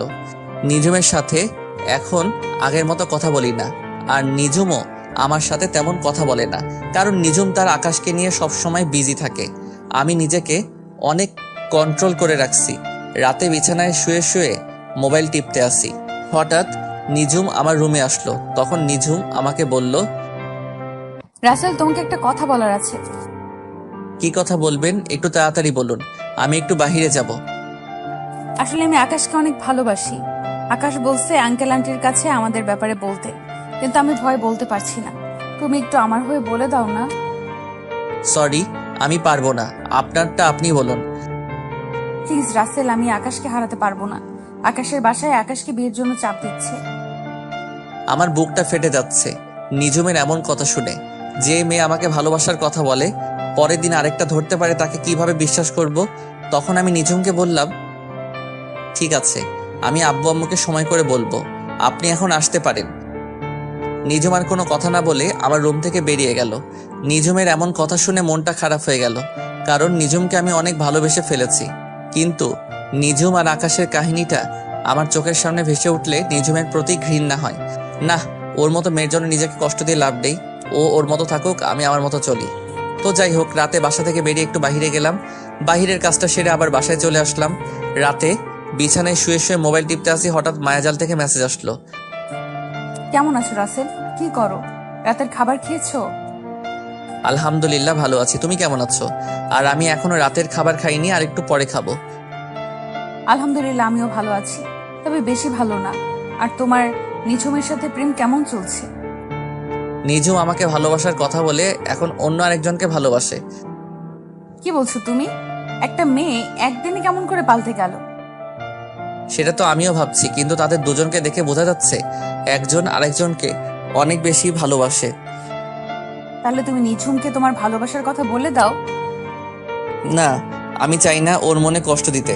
সে যদি আকাশ ছেলেটাকে নিয়ে সুখে থাকে, তাহলে আমি আর ওদের ভিতরে ঢুকতে চাই না। তুমি কি পারবে নিঝুমকে ছাড়া থাকতে? তোমার কষ্ট হবে না? কষ্টকে মাটি চাপা দিয়ে রেখেছি। আচ্ছা ঠিক আছে, ভালো থেকো। আমাকে খাবার খাওয়ার জন্য ডাকছে। এই বলে অফলাইনে চলে গেলাম। আমি মায়াজালের সাথে কথা বলার ফাঁকে খালা খাবার খাওয়ার জন্য ডেকে গেছে। আমি রুম থেকে বেরিয়ে খাবার টেবিলে চলে গেলাম। সবাই মিলে একসাথে খাবার খেলাম। নিঝুমকে দেখে বোঝা যাচ্ছে সে অনেক খুশি। খুশি থাকবেই না কেন? মনের মতো ভালোবাসার মানুষ পেয়েছে। আমি খাবার খেয়ে রুমে চলে আসলাম। কিছুক্ষণ পর রিফাত আমার রুমে আসলো। ও, আপনাদের তো বলতে ভুলে গেছি, রিফাত এখন আব্বুর সাথে অফিসে দেখাশোনা করে। রিফাত আমার রুমে এসে বিছানায় বসে বলল, কিরে রাসেল, তোরে দেখি সবসময় চুপচাপ থাকিস, কি হয়েছে তোর? আমার আবার কি হবে, আমি তো ঠিকই আছি। রাসেল, তুই আমার কাছে কিছু লুকাইস না, কি হয়েছে আমাকে খুলে বল। ঠিক আছে, তুই যখন বলেছিস তাহলে শোন। তারপর রিফাতকে সবকিছু খুলে বললাম। এটা আমার বিশ্বাস হচ্ছে না, নিঝুম এত খারাপ মেয়ে হতে পারে না। আমি নিজের চোখে তাদের দুজনকে কিস করতে দেখেছি। মাঝে মাঝে চোখের দেখা ভুল হয়। আমি তোকে একটা বুদ্ধি দেই, সেটা কাজে লাগিয়ে দেখতে পারিস। তাহলে বুঝতে পারবো নিঝুম কি তোর সাথে অভিনয় করেছে নাকি আকাশকে সত্যি ভালোবাসে। দেখি শুনি তোর কি বুদ্ধি। তাহলে শোন, তুই একটা মেয়ে ভাড়া কর, তারপর ওই মেয়েটিকে নিয়ে সবসময় নিজবের সামনে চলাফেরা করবি, আর নিজবের রিয়াকশন দেখবি। মেয়েটার সাথে এমন ভাবে চলবি যেন বয়ফ্রেন্ড গার্লফ্রেন্ডের মতো লাগে, তারপর বোঝা যাবে। তোর কি মনে হয় এমনটা করলে সবকিছু বুঝতে পারবো তো? 109% কাজে লাগবে, তুই ট্রাই করে দেখ। ঠিক আছে, কালকে থেকে শুরু করব। তবে মেয়ে পাবো কোথায়? হোটেলে মেয়ের অভাব আসেনি, ওখান থেকে একটা ভাড়া করে নিয়ে আসবি। তাই বলে হোটেলের মেয়ে নিয়ে আসবো? আরে মাত্র তো কিছুদিনের জন্য। ঠিক আছে, কালকে একটা মেয়ে হোটেল থেকে নিয়ে আসবো। এখন রুমে গিয়ে শুয়ে পড়। রিফাত ঠিক আছে বলে তার রুমে চলে গেল। আসলে রিফাতকে আমার পাশের রুমে দিছি, কারণ রিফাত সারা রাত নাক ডেকে ঘুমায়, তাই ওরে আমার পাশের রুমে দিছি। আপনারা আবার রিফাতকে বলে দিয়েন না। তো যাই হোক, পরের দিন সকালে সবার সাথে নাস্তা করে আমি বাসা থেকে বেরিয়ে একটা হোটেলে যাচ্ছি একটা মেয়ে ভাড়া করার জন্য। বাইক নিয়ে যাচ্ছি, হঠাৎ দেখি কিছু ছেলে একটা মেয়েকে ডিস্টার্ব করছে, তাই বাইকটা নিয়ে ওদের সামনে গেলাম। আমাকে দেখে ছেলেগুলো দৌড় দিয়ে পালিয়ে গেল। তখন মেয়েটি আমাকে বলল, আপনাকে অনেক ধন্যবাদ ভাইয়া, আপনি না আসলে ওই ছেলেগুলো আমার সাথে খারাপ কিছু করতো। তোমার নাম কি? বাসা কোথায়? ভাইয়া আমার নাম আখি, আমি কলেজে পাশের বস্তিতে থাকি। তোমার বাসা ওইদিকে, আর তুমি এদিকে কি করো? আসলে ভাইয়া আমার একটা বান্ধবীর সাথে ওর বাসায় গিয়েছিলাম।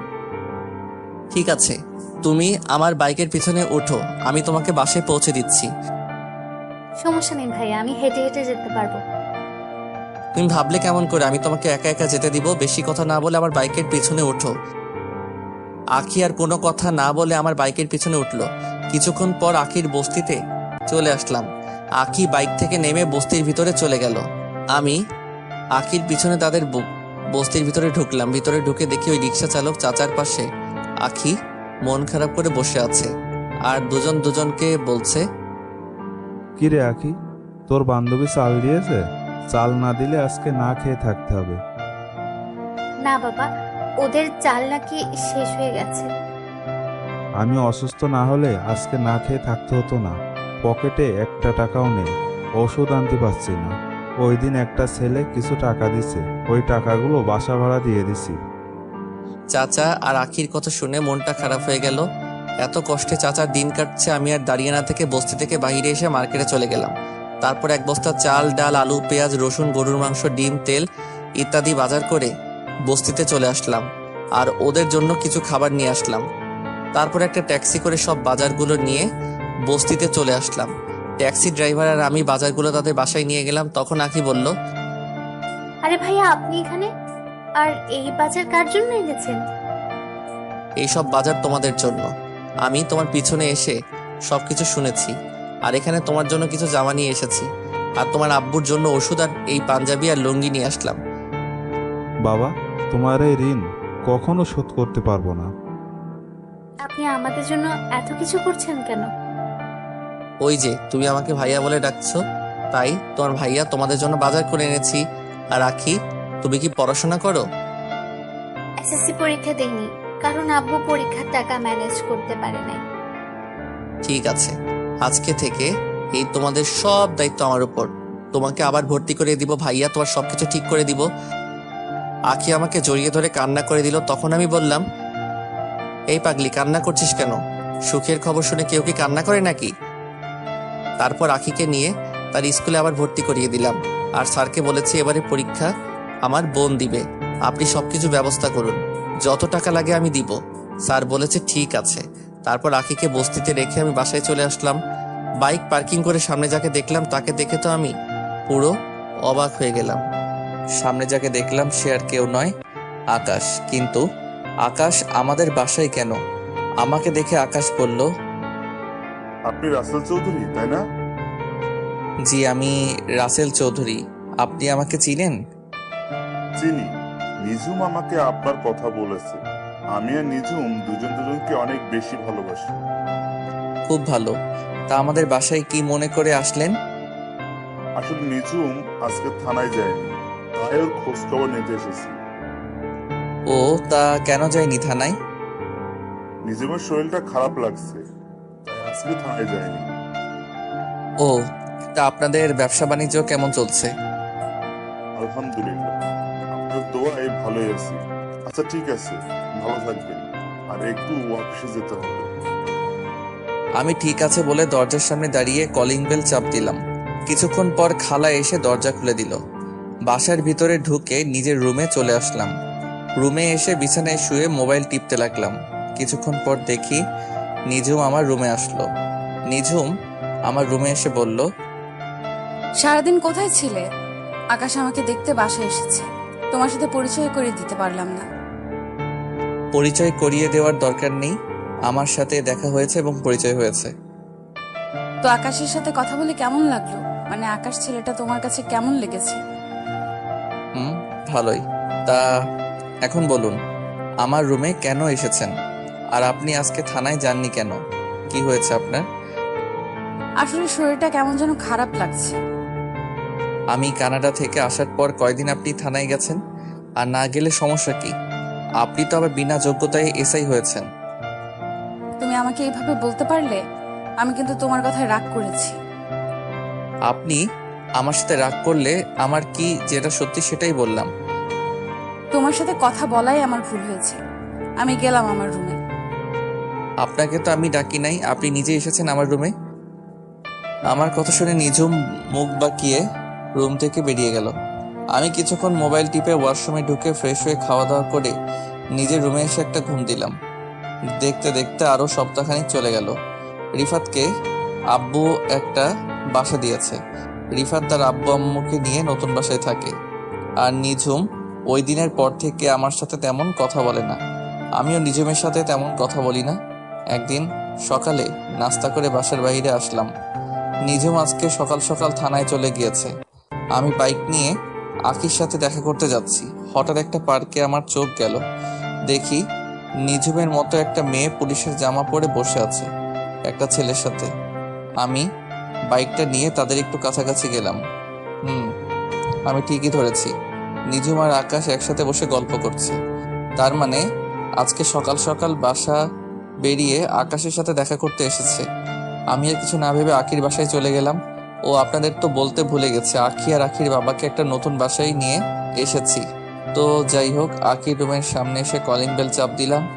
আখি এসে দরজা খুলে দিল। আমাকে দেখে আখি বলল, আসসালামু আলাইকুম ভাইয়া, কেমন আছো? বাইরে দাঁড়িয়ে আছো কেন? ভেতরে আসো। ওয়ালাইকুম আসসালাম। আলহামদুলিল্লাহ, আমি ভালো আছি। আর আমি এখন ভিতরে যাব না। তোমাকে ওই দিন যে নতুন জামা কিনে দিয়েছি ওইগুলো পরে বাহিরে আসো। ভাইয়া তোমাকে নিয়ে এক জায়গায় যাব। আখি ঠিক আছে বলে রুমের ভিতরে চলে গেল। কিছুক্ষণ পর আখি বেরিয়ে আসলো। আখিকে একটা নীল রঙের জামা কিনে দিয়েছিলাম। নীল জামায় আখিকে অনেক সুন্দর লাগছে। তারপর আখিকে বাইকে করে নিয়ে পার্কে চলে আসলাম। পার্কে এসে দেখি নিঝুম এখন আকাশের সাথে বসে বসে গল্প করছে। আমি বাইক পার্কিং করে আখিকে নিয়ে পার্কের ভিতরে গেলাম। নিঝুম আর আকাশের থেকে একটু দূরে বসলাম। আর আখিকে রাস্তায় সবকিছু বুঝিয়ে দিছি কেমন অভিনয় করতে। আখি তার মতো করে অভিনয় করতে লাগলো। হঠাৎ পিছন থেকে নিঝুম আমাকে বলল, রাসেল, তোমার সাথে এই মেয়েটাকে? আর তোমরা দুজন পার্কে বসে কি করছো? আপনি জানেন না একটা ছেলে একটা মেয়ে পাশে বসে কি করে? তার মানে তুমি এই মেয়েটাকে ভালোবাসো? আপনি ঠিকই ধরেছেন। আমরা দুজন দুজনকে অনেক বেশি ভালোবাসি। আর আখিও আমাকে অনেক বেশি ভালোবাসে। ও, তার মানে তুমি আমাকে যে মেয়ের কথা বলেছো এই সেই মেয়ে? হ্যাঁ, আখি আমাকে অনেক আগে থেকেই ভালোবাসে, কিন্তু আমি তাকে সবসময় ফিরিয়ে দিয়েছি। কিন্তু পরে বুঝলাম মেয়েটা আমাকে সত্যি অনেক ভালোবাসে। ও আচ্ছা, ঠিক আছে, তোমরা সুখী থেকো, এই দোয়া করি। এই বলে নিঝুম চোখ মুখ কালো করে পার্ক থেকে বেরিয়ে গেল। নিঝুম মন খারাপ করলা কেন? তার মানে নিঝুম আমাকে ভালোবাসে না? না, নিঝুম যদি সত্যি আমাকে ভালোবাসতো তাহলে ওই দিন আকাশকে কিস করলো কেন? না, আমার মাথায় কিছুই ঢুকছে না। আমি আর আখি আরো কিছুক্ষণ গল্প করে আখিকে বাসায় নামিয়ে দিয়ে আমি বাসায় চলে আসলাম। বাসায় কলিং বেল চাপ দিলাম। কিছুক্ষণ পর খালা এসে দরজা খুলে দিল। আমি নিজের রুমে গিয়ে ওয়াশরুমে ঢুকে ফ্রেশ হয়ে নিচে এসে খাবার খেয়ে একটা ঘুম দিলাম। বিকালে বাসার একটু বাহিরে গেলাম, একটা কাজ ছিল। কাজটা শেষ করে আস্তে আস্তে অনেক রাত হয়ে গেছে। বাইক নিয়ে বাসা আসার সময় হঠাৎ দেখি একটা গাছের বড় ঢাল রাস্তায় পড়ে আছে, আর আমার বাইকের টান ছিল অনেক বেশি। আমি ব্রেক কন্ট্রোল করতে না পেরে ঢালের সাথে মেরে দিই। তারপর আমার আর কিছু মনে নেই। আমি চোখ খোলার পর নিজেকে একটা হাসপাতালে অনুভব করি, কিন্তু হঠাৎ দেখি একটা মেয়ে আমার হাত ধরে বসে আছে। আমি মেয়েটার থেকে হাতটা সরিয়ে নিলাম। তারপর মেয়েটি আমার দিকে ঘুরলো। তখন আমি তাকে দেখে তো আরো বেশি অবাক হলাম। আপনারা ঠিকই ধরেছেন, ও আর কেউ নয়, নিঝুম। নিঝুম আমাকে দেখে বলল, রাসেল, তোমার জ্ঞান ফিরেছে। তোমার আজকে 2 দিন পর জ্ঞান ফিরেছে। তুমি শুয়ে থাকো, আমি বাসায় ফোন দিয়ে বলে দিচ্ছি। আচ্ছা, আমার কি হয়েছে? আমি হাসপাতালে কেন? গতকাল রাতে তোমার আসতে দেরি দেখে আমি তোমাকে খুঁজতে বের হয়েছি। তোমার মোবাইল অনেকবার ফোন দিছি, কিন্তু তোমার মোবাইল বন্ধ বলেছে। তাই আমি নিজে বেরিয়ে পড়লাম। হঠাৎ রাস্তার পাশে দেখি তুমি পড়ে আছো। তোমার পুরো শরীরে রক্তে ভেজা ছিল। আমি তাড়াতাড়ি করে তোমাকে হসপিটালে নিয়ে আসি। তোমার মাথায় প্রচন্ড আঘাত লাগার কারণে অনেক রক্ত বের হয়েছে। আর আজ 2 দিন পর তোমার জ্ঞান ফিরেছে। ডাক্তার বলেছে 72 ঘন্টার মধ্যে জ্ঞান না ফিরে আসলে তুমি কোমায় চলে যাবে, কিন্তু আল্লাহর রহমতে তোমার 48 ঘন্টার মধ্যেই জ্ঞান ফিরেছে। আসলে আমি আমার এক বন্ধুর বাসায় গিয়েছিলাম। ওর বাসায় একটা কাজ ছিল, কাজটা শেষ করে আসতে অনেক রাত হয়ে গেছে। বাইক জোরে চালিয়ে আসছিলাম, হঠাৎ গাছের ডালটা চোখের সামনে পড়ে। নিজের বাইকের ব্রেক কন্ট্রোল করতে পারি নাই। তারপর আর কিছু মনে নেই। হয়েছে, এখন ছোট বাচ্চার মতো শুয়ে থাকো। আমি বাসায় সবাইকে ফোন দিয়ে বলছি। এই বলে নিঝুম বাসায় ফোন দিল। তারপর সবাইকে ফোন দিয়ে বলল আমার জ্ঞান ফিরেছে। তবে একটা জিনিস খেয়াল করলাম, নিঝুমের চোখ মুখ লাল হয়ে আছে, মনে হয় সারা রাত ঘুমাই নাই। তো যাই হোক, আধা ঘন্টা পর দেখি আব্বু আম্মু হাসপাতালে চলে এসেছে। আব্বু আম্মু একটার পর একটা কথা বলে যাচ্ছে, আমি কিছুই বলতে পারছি না। আমার মাথা ব্যথা করছে। তাই আজ 5 দিন পর আমাকে বাসায় নিয়ে আসলো। আমি এখন মোটামুটি সুস্থ আছি। পুরোপুরি সুস্থ হতে 1 মাস লাগবে। সবাই আমাকে ধরে নিজের রুমে এনে বিছানায় শুয়ে দিল। আমাকে রেস্ট নিতে বলে সবাই যার যার রুমে চলে গেল। আমি চোখ বন্ধ করে শুয়ে থাকলাম। হঠাৎ চোখ খুলে যেটা দেখলাম তার জন্য মোটেও প্রস্তুত ছিলাম না। আপনারা কি ভাবছেন নিঝুম? আরে না, ও আর কেউ নয়, আমার কলিজার টুকরো বোন রাইসা। কিন্তু রাইসা কখন হোস্টেল থেকে আসলো? আমি রাইসার মাথায় হাত রাখতেই রাইসা চোখ খুলে কান্না করতে লাগলো। তখন আমি রাইসাকে বললাম, কি রে রাইসা, কেমন আছিস? কখন আসলি বাসায়? আর তুই কান্না করছিস কেন? আমি কিছুক্ষণ আগে এসেছি। আমাকে রিফাত ভাইয়া সবকিছু ফোন দিয়ে বলেছে। কান্না করিস না, আমি ঠিক আছি। তারপর রাইসা কান্না বন্ধ করলো। কিছুক্ষণ নিঝুম খাবার নিয়ে এসেছে। তখন নিঝুম বলল, এবার 2 ভাই বোন কথা বন্ধ করে খাবার খেয়ে নাও। রাইসা তুই ফ্রেশ হয়ে আয়, আজকে তুই নিজ হাতে ভাইয়াকে খাইয়ে দিবি। আমার কথা শুনে রাইসা ওয়াশরুমে চলে গেল। নিঝুমের দিকে তাকিয়ে দেখি মুখটা কালো করে ফেলেছে। কিছুক্ষণ পর রাইসা ওয়াশরুম থেকে বেরিয়ে এসে একটা খাবার প্লেট হাতে নিয়ে আমাকে খাইয়ে দিতে লাগলো। নিঝুম আর দাঁড়িয়ে না থেকে রুম থেকে বেরিয়ে গেল। খাবার খাওয়ার পর রাইসা আমাকে ওষুধ খাইয়ে দিল। তারপর কিছুক্ষণ কথা বলে রাইসা বিদায় নিয়ে চলে গেল, কারণ রাইসার সামনে পরীক্ষা। দেখতে দেখতে 1 সপ্তাহ চলে গেল। এখন মোটামুটি সুস্থ আছি।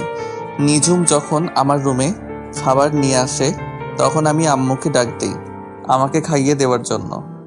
এতে নিঝুম অনেক কষ্ট পায়। নিঝুম প্রতিদিন থানায় যায়। আকাশ ছেলেটার সাথে কথা বলতে দেখি না, সব সময় কেমন যেন মনমরা হয়ে থাকে। ও আপনাদের তো বলতে ভুলে গেছি, আখি মাঝে মাঝে এসে আমাকে দেখে গেছে। একদিন সকালবেলা সবাই মিলে নাস্তা করছি, তখন নিঝুম বলল, আন্টি, আমার এক বান্ধবীর বিয়ে, আমাকে অনেক জোর করে বলছে যাওয়ার জন্য। এখন তুমি বলো, আমি কি যাব? এটা আবার আমাদের জিজ্ঞেস করা লাগে? তবে তুমি একা যাওয়ার দরকার নেই, সাথে কাউকে নিয়ে যাও। তাহলে রাসেল, তুমি নিঝুমের সাথে যাও, মেয়েটা একা একা যাবে? আম্মু, উনি একজন থানার এসআই, ওনার তো ভয় পাওয়ার কথা। উনি তো সাথে পুলিশ নিয়ে যেতে পারে। আর একটা কথা, আমি বিনা দাওয়াতে কোথাও যাই না। ফারিয়া তোমাকে সাথে করে নিয়ে যেতে বলছে। আপনি কোন ফারিয়ার কথা বলছেন? আমি ফারিয়া নামে কাউকে চিনি না। তুমি এই কয় বছরে ফারিয়াকে ভুলে গেছো? আমরা তো 3 জন বান্ধবী একসাথে থাকতাম, রিয়া, ফারিয়া এবং আমি। হ্যাঁ, চিনতে পারছি। ওই দেমাগি মেয়ের বিয়েতে আমি যাব না। যে মানুষকে মানুষ মনে করে না, যে দুই মেয়ে আপনার বান্ধবী, তাদের ভিতরে অহংকারে ভরা।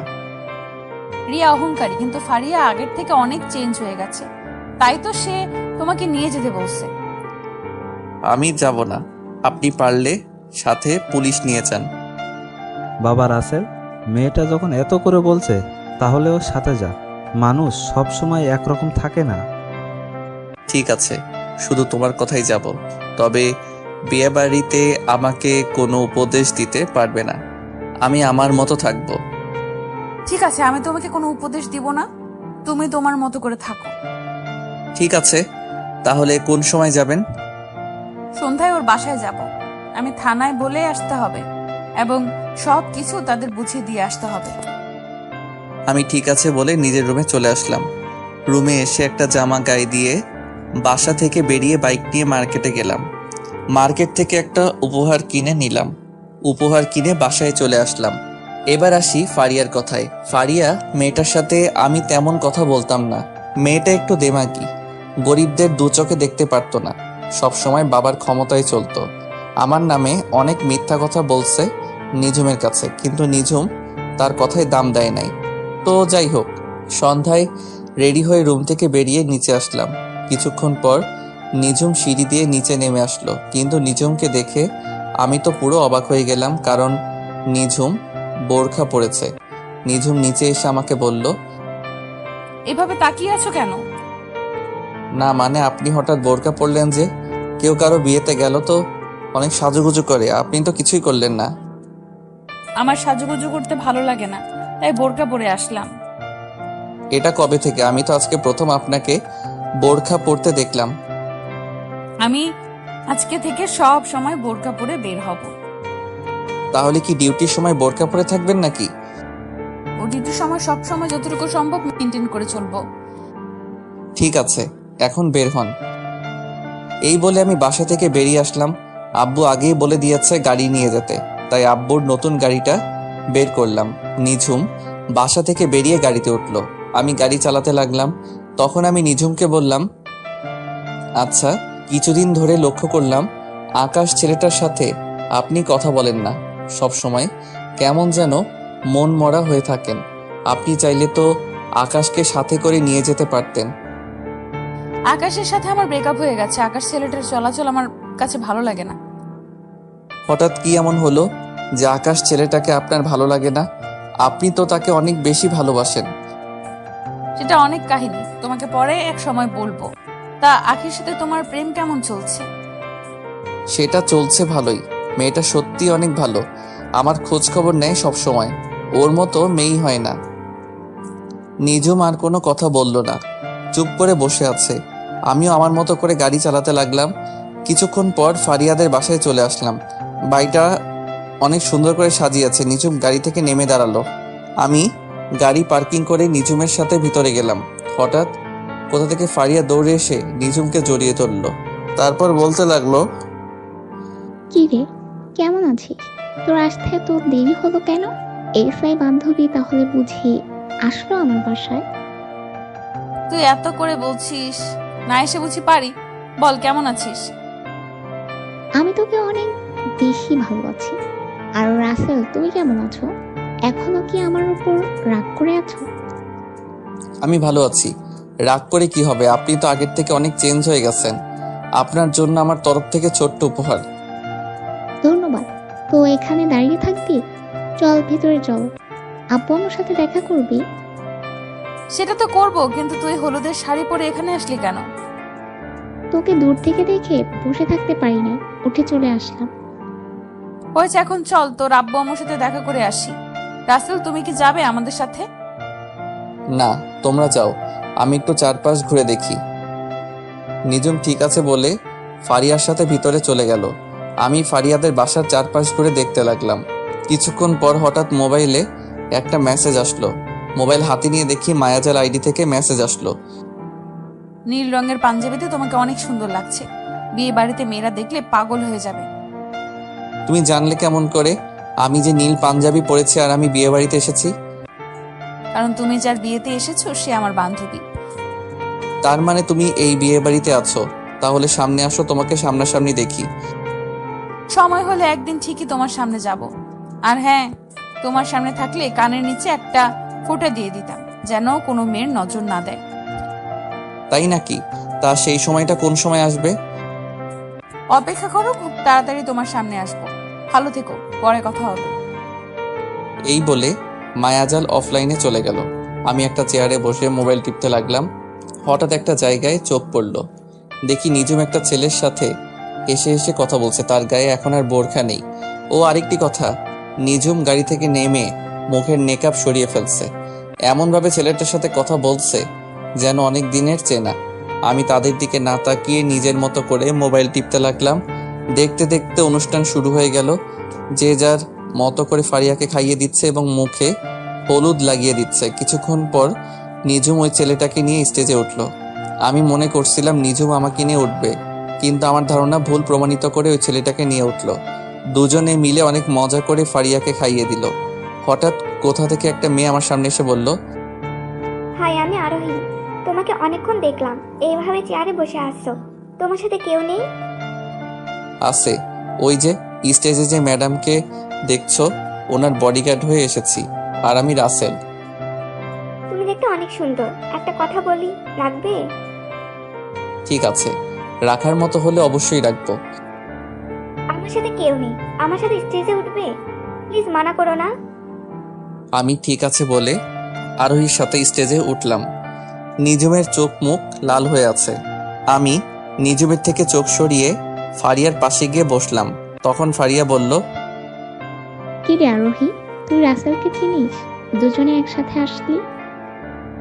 ওনাকে চিনি না, তবে মাত্র পরিচয় হলো। তার মানে তুমিও রাসেলকে চিনো? চিনবো না কেন? রাসেল আর আমি একসাথে কলেজে পড়ছি। কিন্তু রাসেল বলল ও নাকি তোমার এসআই বান্ধবী। রাসেল তোর সাথে মজা করছে। রাসেল কলেজেও সবার সাথে একটু বেশি দুষ্টুমি করতো। হয়েছে, এবার কথা বলা বন্ধ করে হা করেন, এখনো অনেক লোক বাকি আছে। এই বলে আমি ফারিয়ার হাতে একটু হলুদ লাগিয়ে দিলাম, তারপর মিষ্টি খাইয়ে দিলাম। হঠাৎ মনে পড়ল আরোহীর সাথে একটু দুষ্টুমি করি। আমি এক টুকরো মিষ্টি আরোহীর মুখের উপর ধরলাম। আরোহী হা করার সাথে সাথে আমার মুখে ঢুকিয়ে দিলাম। মেহমান সবাই হাসতে লাগলো, শুধু একজন ছাড়া। সেই মানুষটাকে আপনারা ভালো করে জানেন। সবকিছু শেষ করে আমি স্টেজ থেকে নেমে আসলাম। হঠাৎ নিজুম আমার হাত ধরে ছাদে নিয়ে গেল। তারপর নিজুম এমন কিছু করবে সেটা দেখে আমার মাথা পুরো গরম হয়ে গেল। নিজুম আমাকে ছাদে নিয়ে আমার ঠোঁটের সাথে ঠোঁট লাগিয়ে কিস করতে লাগলো। আমি নিজুমকে জোর করে ছাড়িয়ে ঠাস করে 2টা থাপ্পড় মেরে দিলাম। তারপর আমি বলতে লাগলাম, তোর সাহস কি করে হয় আমাকে কিস করার?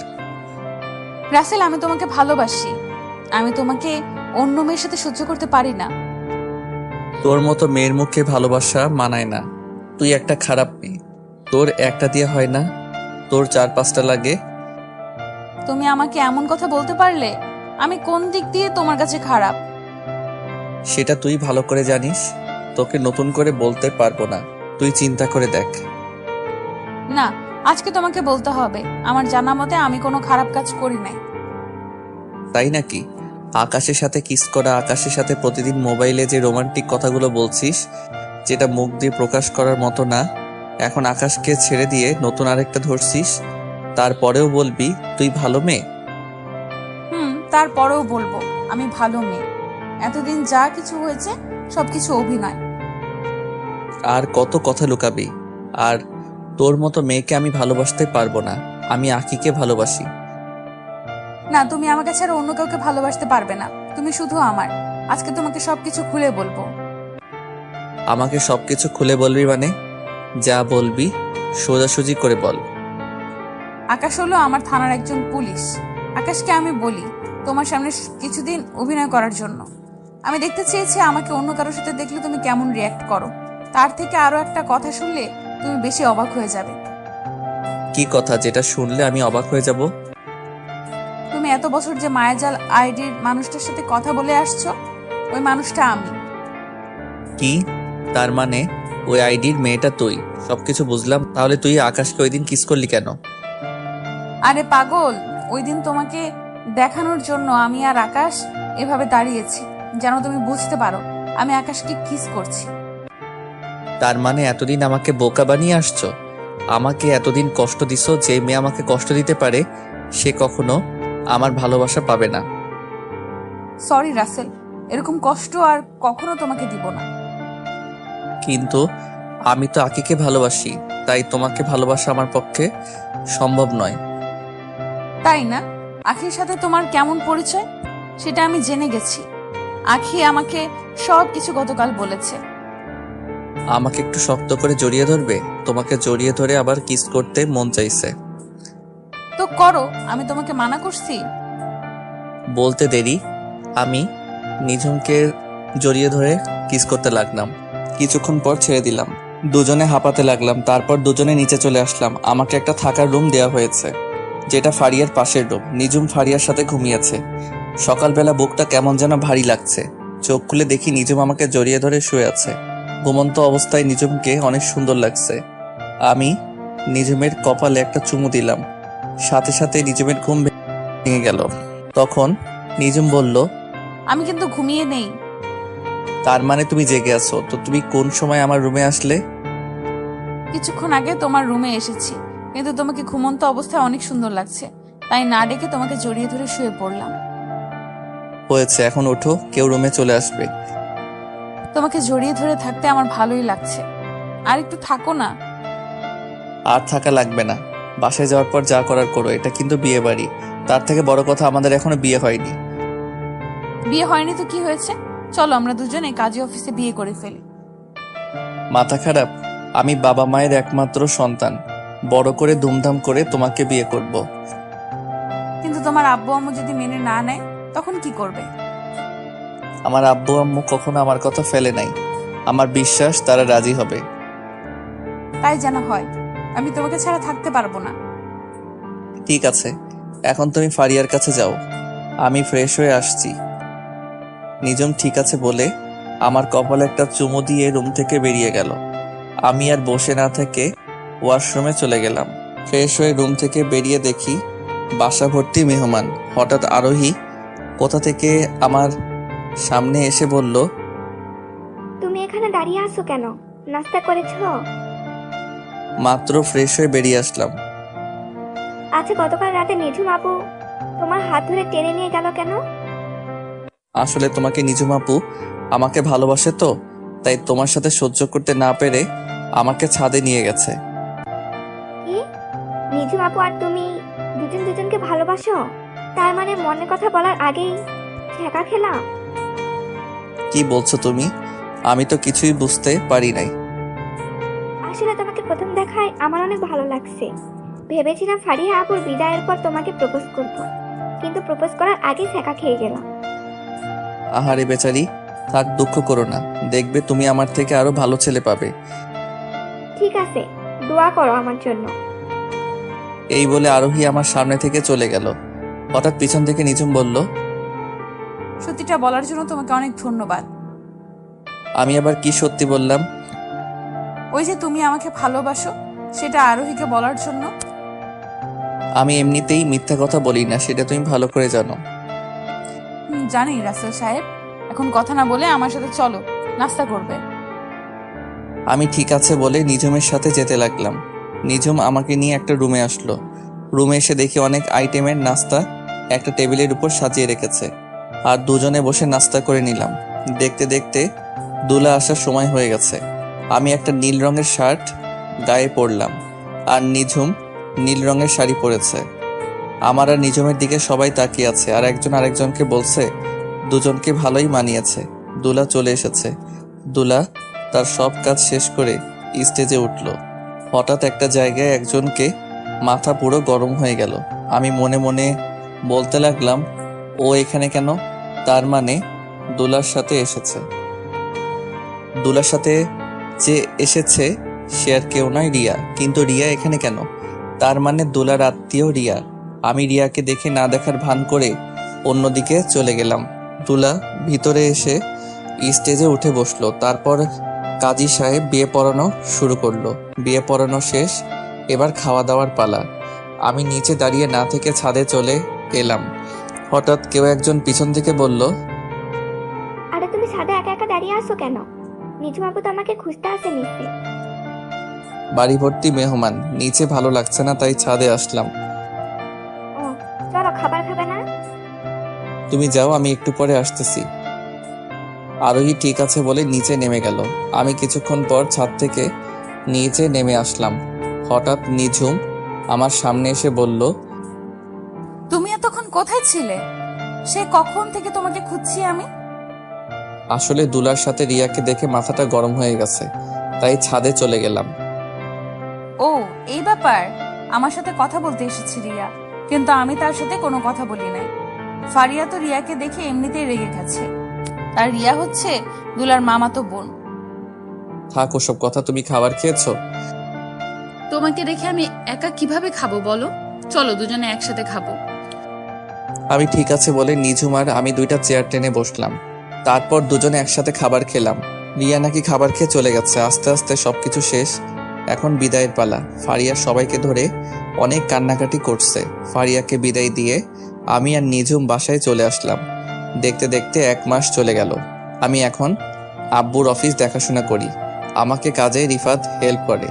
আব্বু এখন বাসায় থাকে, নিঝুম এখন নিয়মিত থানায় যায়। নিঝুম আর আমার ভালোবাসা আগের মতোই আছে। প্রতিদিন সকালে আমার কপালে একটা চুমু দিয়ে ঘুম থেকে উঠাই। দুজনে একসাথে বাসা থেকে বেরিয়ে আসি। নিঝুমকে থানায় নামিয়ে দিয়ে আমি অফিসে আসি। আজকে অফিসে তেমন কাজ নেই, তাই নিঝুমকে একটা ফোন দিলাম। 2-3 বার রিং হওয়ার পর ধরলো। তখন আমি বললাম, ওই তুমি আমার ফোন ধরতে এত দেরি করলে কেন? কোথায় তুমি এখন? সরি, আমি একটা আসামি নিয়ে ব্যস্ত ছিলাম। আসামিটা একটা মেয়েকে ধর্ষণ করে মেরে ফেলছে, তাই ওইটাকে ধরে থানায় দিয়ে আসলাম। ও তা তুমি কি এখন ফ্রি আছো? এখন ফ্রি আছি, বলো কি বলবে? অফিসে তেমন কাজ নেই, তাই ভাবছিলাম দুজনে আজকে বাহিরে লাঞ্চ করব। ঠিক আছে, তুমি থানায় এসে আমাকে নিয়ে যাও। আমি ঠিক আছে বলে রিফাতের কেবিনে গিয়ে তাকে বলে অফিস থেকে বেরিয়ে গাড়ি নিয়ে সোজা নিঝুমের থানার সামনে চলে আসলাম। গাড়ি পার্কিং করে থানার ভিতরে চলে গেলাম। থানার ভিতরে ঢোকার সাথে সবাই আমাকে সালাম দিতে লাগলো। আসলে সবাই আমাকে চিনে, সেজন্য। আমি থানার ভিতরে ঢুকে নিঝুমের কেবিনের সামনে গিয়ে বললাম, আমি কি ভিতরে আসতে পারি SI ma'am? Sorry, SI ma'am এখন বিজি আছে, অনুগ্রহ করে কিছুক্ষণ অপেক্ষা করুন। আমাকে দেখে নিঝুম হাসতে হাসতে কথাগুলো বলল। তখন আমি ভিতরে ঢুকে বললাম, সরি ম্যাম, আমার একটু তাড়া আছে, কাজটা রেখে আমাকে একটু সময় দেন। কিন্তু মিস্টার, থানা তো আপনার কথা মতো চলে না। তাই নাকি? তাহলে তো যা করার আমাকেই করতে হবে। এই বলে আমি নিঝুমের হাতটা ধরে টানতে টানতে থানা থেকে বাহির করে গাড়ির ভেতরে নিয়ে আসলাম। থানার সবাই আমার কাহিনী দেখে হাসতে লাগলো। নিঝুম লজ্জা পেয়ে মাথা নিচু করে ফেলল। তো ম্যাম, আপনি তো আর থানার ভিতরে নেই, এখন আপনি কার কথা মতো চলবেন? এখন আমার এই জানটার কথা মতো চলবে। এবার তাহলে লক্ষ্মী মেয়ের মতো বসে থাকেন। এই বলে আমি গাড়ি নিয়ে একটা রেস্টুরেন্টের সামনে গিয়ে দাঁড়ালাম। গাড়ি থেকে নেমে দুজনে রেস্টুরেন্টের ভিতরে গেলাম। খাবার খেয়ে নিঝুমকে থানায় নামিয়ে দিয়ে আমি অফিসে চলে আসলাম। দেখতে দেখতে আরো 1 মাস চলে গেল। আমি এখন একটা গোডাউনের ভিতরে বসে আছি। কিছুক্ষণ পর আমার লোক রিয়া এবং মেয়র বেঁধে আমার সামনে নিয়ে আসলো। তখন রিয়া আমাকে দেখে বলল, রাসেল তুমি এখানে? আমাকে আর বাবাকে ধরে নিয়ে এসেছো কেন? তুই জানিস না আমার বাবা একজন মেয়র? আমি সব জানি। আমার কয়টা মাস চলে গেছে তোদের ধরতে। অনেক চেষ্টা করেছি ধরার জন্য, দিনরাত অনেক পরিশ্রম করছে, কিন্তু পারি নাই। আজকে সফল হয়েছি। তুই আমাদের এখানে ধরে এনেছিস কেন? তুই জানিস আমার একটা ফোনে তোকে দুনিয়া থেকে বিদায় করে দিতে পারি। সেটা আপনি কখনো পারবেন না। আর আপনি হয়তো এটা জানেন না, আপনি মেয়ের হয়ে যা সম্পদ আছে তার থেকে 3 ডাবল সম্পদ আমাদের আছে, কিন্তু তা নিয়ে আমরা কখনো অহংকার করি না। তাহলে আমাদের এখানে ধরে এনেছিস কেন? কারণ আপনি এবং আপনার মেয়ে অনেক বড় অপরাধ করছেন, সেটার প্রতিশোধ নিতে আপনাদের এখানে ধরে আনা হয়েছে। প্রতিশোধ নিতে মানে? আমরা তোর সাথে কি করেছি? আমার সাথে করিস নাই, তুই এবং তোর বাপ মিলে রিফাত এবং রিফাতের আব্বুর সাথে কি করছিস একটু ভেবে দেখতো। যা করেছি রিফাতের সাথে করেছি, তোর সাথে তো কিছু করিনি। তুই আমাদের ধরে এনেছিস কেন? রিফাতের সাথে করা মানে আমার সাথে করা এক কথা, কারণ রিফাত আমার কলিজার টুকরা বন্ধু। তোরা বাপ মেয়ে মিলে ওদের যে অবস্থা করছিস সেটা এখন আমি তোদের সাথে করব। ওসব কিছু ভুলে যাও, এখন বলো তুমি কত টাকা চাও, আমি তোমাকে তাই দিব। আমার না টাকার লোভ নেই, আমি আপনাদের কাছে অন্য একটা জিনিস চাইব, দিবেন? তুমি কি চাও বলো, তুমি যা চাইবে আমি সেটাই দিব। আমি বেশি কিছু চাই না, শুধু এখানে আপনার মেয়েকে একটা সই দিতে বলবেন, এইটুকু, আর কিছু না। এই কাগজে কি লেখা আছে? তেমন কিছু না, তুই আর তোর বাপ মিলে রিফাত থেকে যে সম্পদগুলো লিখে নিছিস সেগুলো ফিরিয়ে দিবি, এতটুকুই, আর কিছু নয়। আমি মরে গেলেও কখনো সই করব না।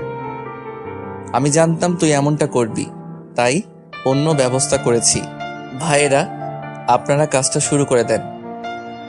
আমি আমার লোকগুলোকে বললাম, তারা মেয়রকে কারেন্টের চেয়ারে বসিয়ে শট দিতে লাগলো। মেয়রের তো লাফালাফি শুরু হয়ে গেল। এটা দেখে রিয়া বলল, প্লিজ রাসেল, আমার বাবার সাথে এমনটা করিস না। তুই বল আমাকে কোথায় সই করতে হবে।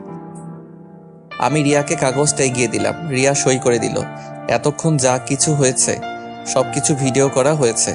তারপর রিয়া এবং তার বাপকে রেখে আমরা সবাই চলে আসলাম। পরের দিন আমি মন্ত্রীর সঙ্গে দেখা করলাম, ভিডিওটা দেখালাম। মন্ত্রী সাথে সাথে রিয়ার আব্বুকে মেয়র থেকে বহিষ্কার করে দিল, তাদের বাড়ি গাড়ি ব্যাংক ব্যালেন্স সবকিছু নিয়ে নিল এবং রিফাতদের সবকিছু ফিরিয়ে দিল। আমি যে এত কিছু করছি এটা এখনো কেউ জানে না। এক সপ্তাহ পর রিফাতের আব্বু আম্মুকে তাদের সবকিছু ফিরিয়ে দিলাম। রিফাত এখন তার বাবার অফিস দেখাশোনা করে। আমি আমাদেরটা খুব সুন্দরভাবে চলছে এখন সবকিছু। রাতে সবাই মিলে খাবার খাচ্ছি, তখন বাবা বলল, সব কিছু তো ঠিকঠাক চলছে, এবার দুহাত এক করে দেওয়ার পালা। তুমি কি বলো রাসেলের আম্মু? তুমি ঠিকই বলেছ, এবার দুহাত এক করে দেওয়ার পালা। তাহলে তুমি একটা দিন তারিখ করে ফেলো। আব্বু আম্মু, আমি তো কিছুই বুঝতে পারছি না, তোমরা কিসের কথা বলছো? আমি আর তোর আব্বু সব কিছু জানি। নিজুম আর তুই দুজন দুজনকে ভালোবাসিস, তাই ভাবছি লুকিয়ে লুকিয়ে আর প্রেম ভালোবাসা করতে হবে না। তার চেয়ে ভালো দুজনের হাতে এক করে দি। নিজুম আম্মুর কথা শুনে বসা থেকে উঠে রুমে চলে গেল। আমিও আর বসে না থেকে রুমে চলে আসলাম। আমাদের দুজনকে এভাবে চলে যেতে দেখে আব্বু আম্মু দুজনেই হাসতে লাগলো। আজ আমার আর নিজুমের বিয়ে হয়ে গেছে। খুব ধুমধাম করে বিয়েটা হয়েছে। বাংলাদেশের নামি দামি সব লোকজন এসেছে। রিফাতের আব্বু আম্মু এবং ফারিয়া এবং তার জামাইও এসেছে। রিফাত আর আরোহী মিলে আমার বাসরঘর সাজিয়েছে, তাই ওরা দুজন আমার রুমের সামনে দাঁড়িয়ে আছে। তখন রিফাত বলল, জামাইবাবু, আমাদের পাওনা দিয়ে তারপর ভিতরে ঢুকতে হবে। বন্ধু, আজকে নাই পরে দিব। আমার বউটা ভিতরে একা একা বসে আছে, আগে বাসর ঘরে বিলাইটা মেনে নেই। বিলাই মারবেন, আরো কত কিছু করতে পারবেন। আগে আপনাদের পাওনার 50,000 টাকা দিয়ে দেন। বড়লোক মানুষ তো, এত বেশি চাইনি। কি 50,000? তারপরে বলছিস বেশি চাসনি? আরোহী তো ঠিকই বলেছে, 50,000 তো বেশি তো আর চাইনি। ইরে, তোদের দুই জনের পরিচয় এত মিলে গেছিস, তোরা কিন্তু মনে রাখবি আমারও দিন আসবে, তখন কিন্তু 1 লাখের নিচে ভিতরে ঢুকতে দিব না। তোকে তো বিয়েতে দাওয়াত দিব না। আমি বিনা দাওয়াতে চলে যাব। দূর, এত কথা না বলে টাকা বের করো আর ভেতরে যাও। কি আর করার, মানি ব্যাগ থেকে কার্ডটা বের করে দিয়ে ভিতরে ঢুকে দরজা লাগিয়ে দিলাম। কার্ডটা দেওয়ার পর দুজনে আর একটা কথাও বলে নাই। তারা ভালো করে জানে আমার কার্ডে 50,000 টাকার বেশি থাকে। দরজা লাগিয়ে ভিতরে ঢুকে সামনে যাওয়ার পর যেটা দেখলাম সেটা দেখে আমার গলা শুকিয়ে গেল। সামনে তাকিয়ে দেখি নিঝুম পিস্তল নিয়ে আমার দিকে ধরে আছে। তখন আমি বললাম, কি ব্যাপার, তুমি আমার দিকে এইভাবে পিস্তল ধরে আছো কেন? হারামজাদা, বাসর ঘরে ঢুকতে তোর এত সময় লাগে কেন? ওরা যা চাইছে তা দিয়ে চলে আসতে। তুমি জানো ওরা আমার কাছে থেকে কত টাকা চাইছে? জানি, আমি সবকিছুর ভেতর থেকে শুনেছি। রাত বাজে 2টা, 2 ঘন্টা পর সকাল ভোর হয়ে যাবে। বাসর করবে কখন? আমার ওই 2 ঘন্টা যথেষ্ট, এর থেকে বেশি সময় নিব না। কিন্তু তোমাকে তো আজকে বাসর করতে দিব না। তুমি ভেতরে দেরি করে এসেছো, তাই আজকে পুরো রাত আমার পা টিপতে হবে তোমাকে। সরি কলিজা, এই রাতের জন্য মাফ করে দাও। এই রাত একবার আসে। আমি কোনো কথা শুনতে চাই না। ওয়াশরুমে ঢুকে ওযু করে আসো, দুজনে আগে 2 রাকাত নফল নামাজ আদায় করে আসি। কি আর করার, এসআই বউ বলে কথা। অজু করে দুজনে 2 রাকাত নফল নামাজ আদায় করলাম। নিঝুম বিছানায় শুয়ে পড়ল আর আমাকে বলল তার পা টিপে দেওয়ার জন্য। আমি বিছানায় উঠে নিঝুমের পা দুটো টিপতে লাগলাম। কিছুক্ষণ পর আমাকে বিছানায় ফেলে দিয়ে গলা চেপে ধরে বলল, ওই হারামি, আমি যেটা বলবো তুমি কি তাই করবে নাকি? তুমি তো বলছো তোমার পা টিপে দেওয়ার জন্য। আমি বলছি তাই বলে তুমি সেটা করবে নাকি? জোর করে বলতে পারো না? আমি তো এমনি মজা করলাম। আমি সবসময় তোমার কথা মতো চলবো। আদেশ যখন পেয়েছি তাহলে শুরু করে দেই। শুরু করার আগে বললে না তো বউ সাজে আমাকে কেমন লাগছে? তুমি তো আমার কাছে সবসময় সুন্দর। খালি খালি এত আটা ময়দা মাখার কি দরকার ছিল? বিয়ের সময় একটু মারতে হয়। এখন লাইট বন্ধ করে আসো। লাইট বন্ধ করতে হবে না। আমার পাঠক পাঠিকা একটু দেখুক কিভাবে বাসর করতে হয়, তারা একটু শিখুক। তোমার দেখি লজ্জা শরম বলতে কিছুই নেই। তোমার পাঠক পাঠিকা বাসরাতে কি করবে সেটা কি আমাদের দেখাবে? দেখাবে। আমি জানি আমার পাঠক পাঠিকা অনেক ভালো মানুষ। কি গো, আন্নেরা আমাদের দেখাবেন না? ওই দেখছো, তারা বলছে দেখাবে। তোমার মাথা বলছে। যাও গিয়ে লাইট বন্ধ করে আসো। কি আর করার, এসআই বলছে না বন্ধ করলে থানায় নিয়ে 144 ধারা মামলা দিবে। আমি বিছানায় থেকে উঠে লাইটটা বন্ধ করে দিয়ে আসলাম। বিছানায় এসে নিঝুমের পুরো শরীরে কিস করতে লাগলাম। নিঝুমের ঠোঁটের উপর হামলা শুরু করলাম। নিঝুমের পেটের উপর হাত বোলাতে লাগলাম। তারপর আস্তে আস্তে নিঝুমের শরীর থেকে সবকিছু খুলে ফেললাম। তারপর ইরানের মতো হামলা শুরু করে দিলাম। এটা কেমন হামলা বিয়ের পর বুঝতে পারবেন। অনেক দেখেছেন, আর দেখা লাগবে না। আমাকে তো এইটুকু দেখাবেন, বাকিটা ইতিহাস হয়ে থাকলো। দেখতে দেখতে আমার আর নিঝুমের সংসার ভালোই চলতে লাগলো। নিঝুম এসআই চাকরি ছেড়ে দিয়েছে। বাসায় এখন আব্বু আম্মুর খেয়াল রাখে আর আমি অফিস দেখাশোনা করি। এর ফাঁকে আরোহী আর রিফাতের বিয়ে ঠিক হয়ে গেল। আপনাদের সবার দাওয়াত থাকলো। রাইসা এখন কলেজে পড়ে, তো সবাই আমাদের জন্য দোয়া করবেন। নামাজ পড়ো মুসলিম বোন ও ভাই। নামাজ ছাড়া দুনিয়াতে শান্তি নাই। নামাজের কথা রেখো স্মরণ। নামাজ দিয়ে সাজাও জীবন। নামাজ ছেড়ে করো না ভুল। নামাজ হলো ইবাদতের মূল। সুলম মুসলিম ভাই ও বোনেরা, 5 ওয়াক্ত নামাজ পড়ো। জীবনকে সুন্দরভাবে গড়ে তোলো। এই যে বন্ধুরা, গল্প শেষ করে কমেন্ট না করে চলে যাচ্ছ, এইটা কিন্তু ঠিক না। তাড়াতাড়ি কমেন্ট করো। আর যারা এখনো আমাদের চ্যানেলটি সাবস্ক্রাইব করো নাই, জলদি করে সাবস্ক্রাইব করে আমাদের চ্যানেলের একজন মেম্বার হয়ে যাও।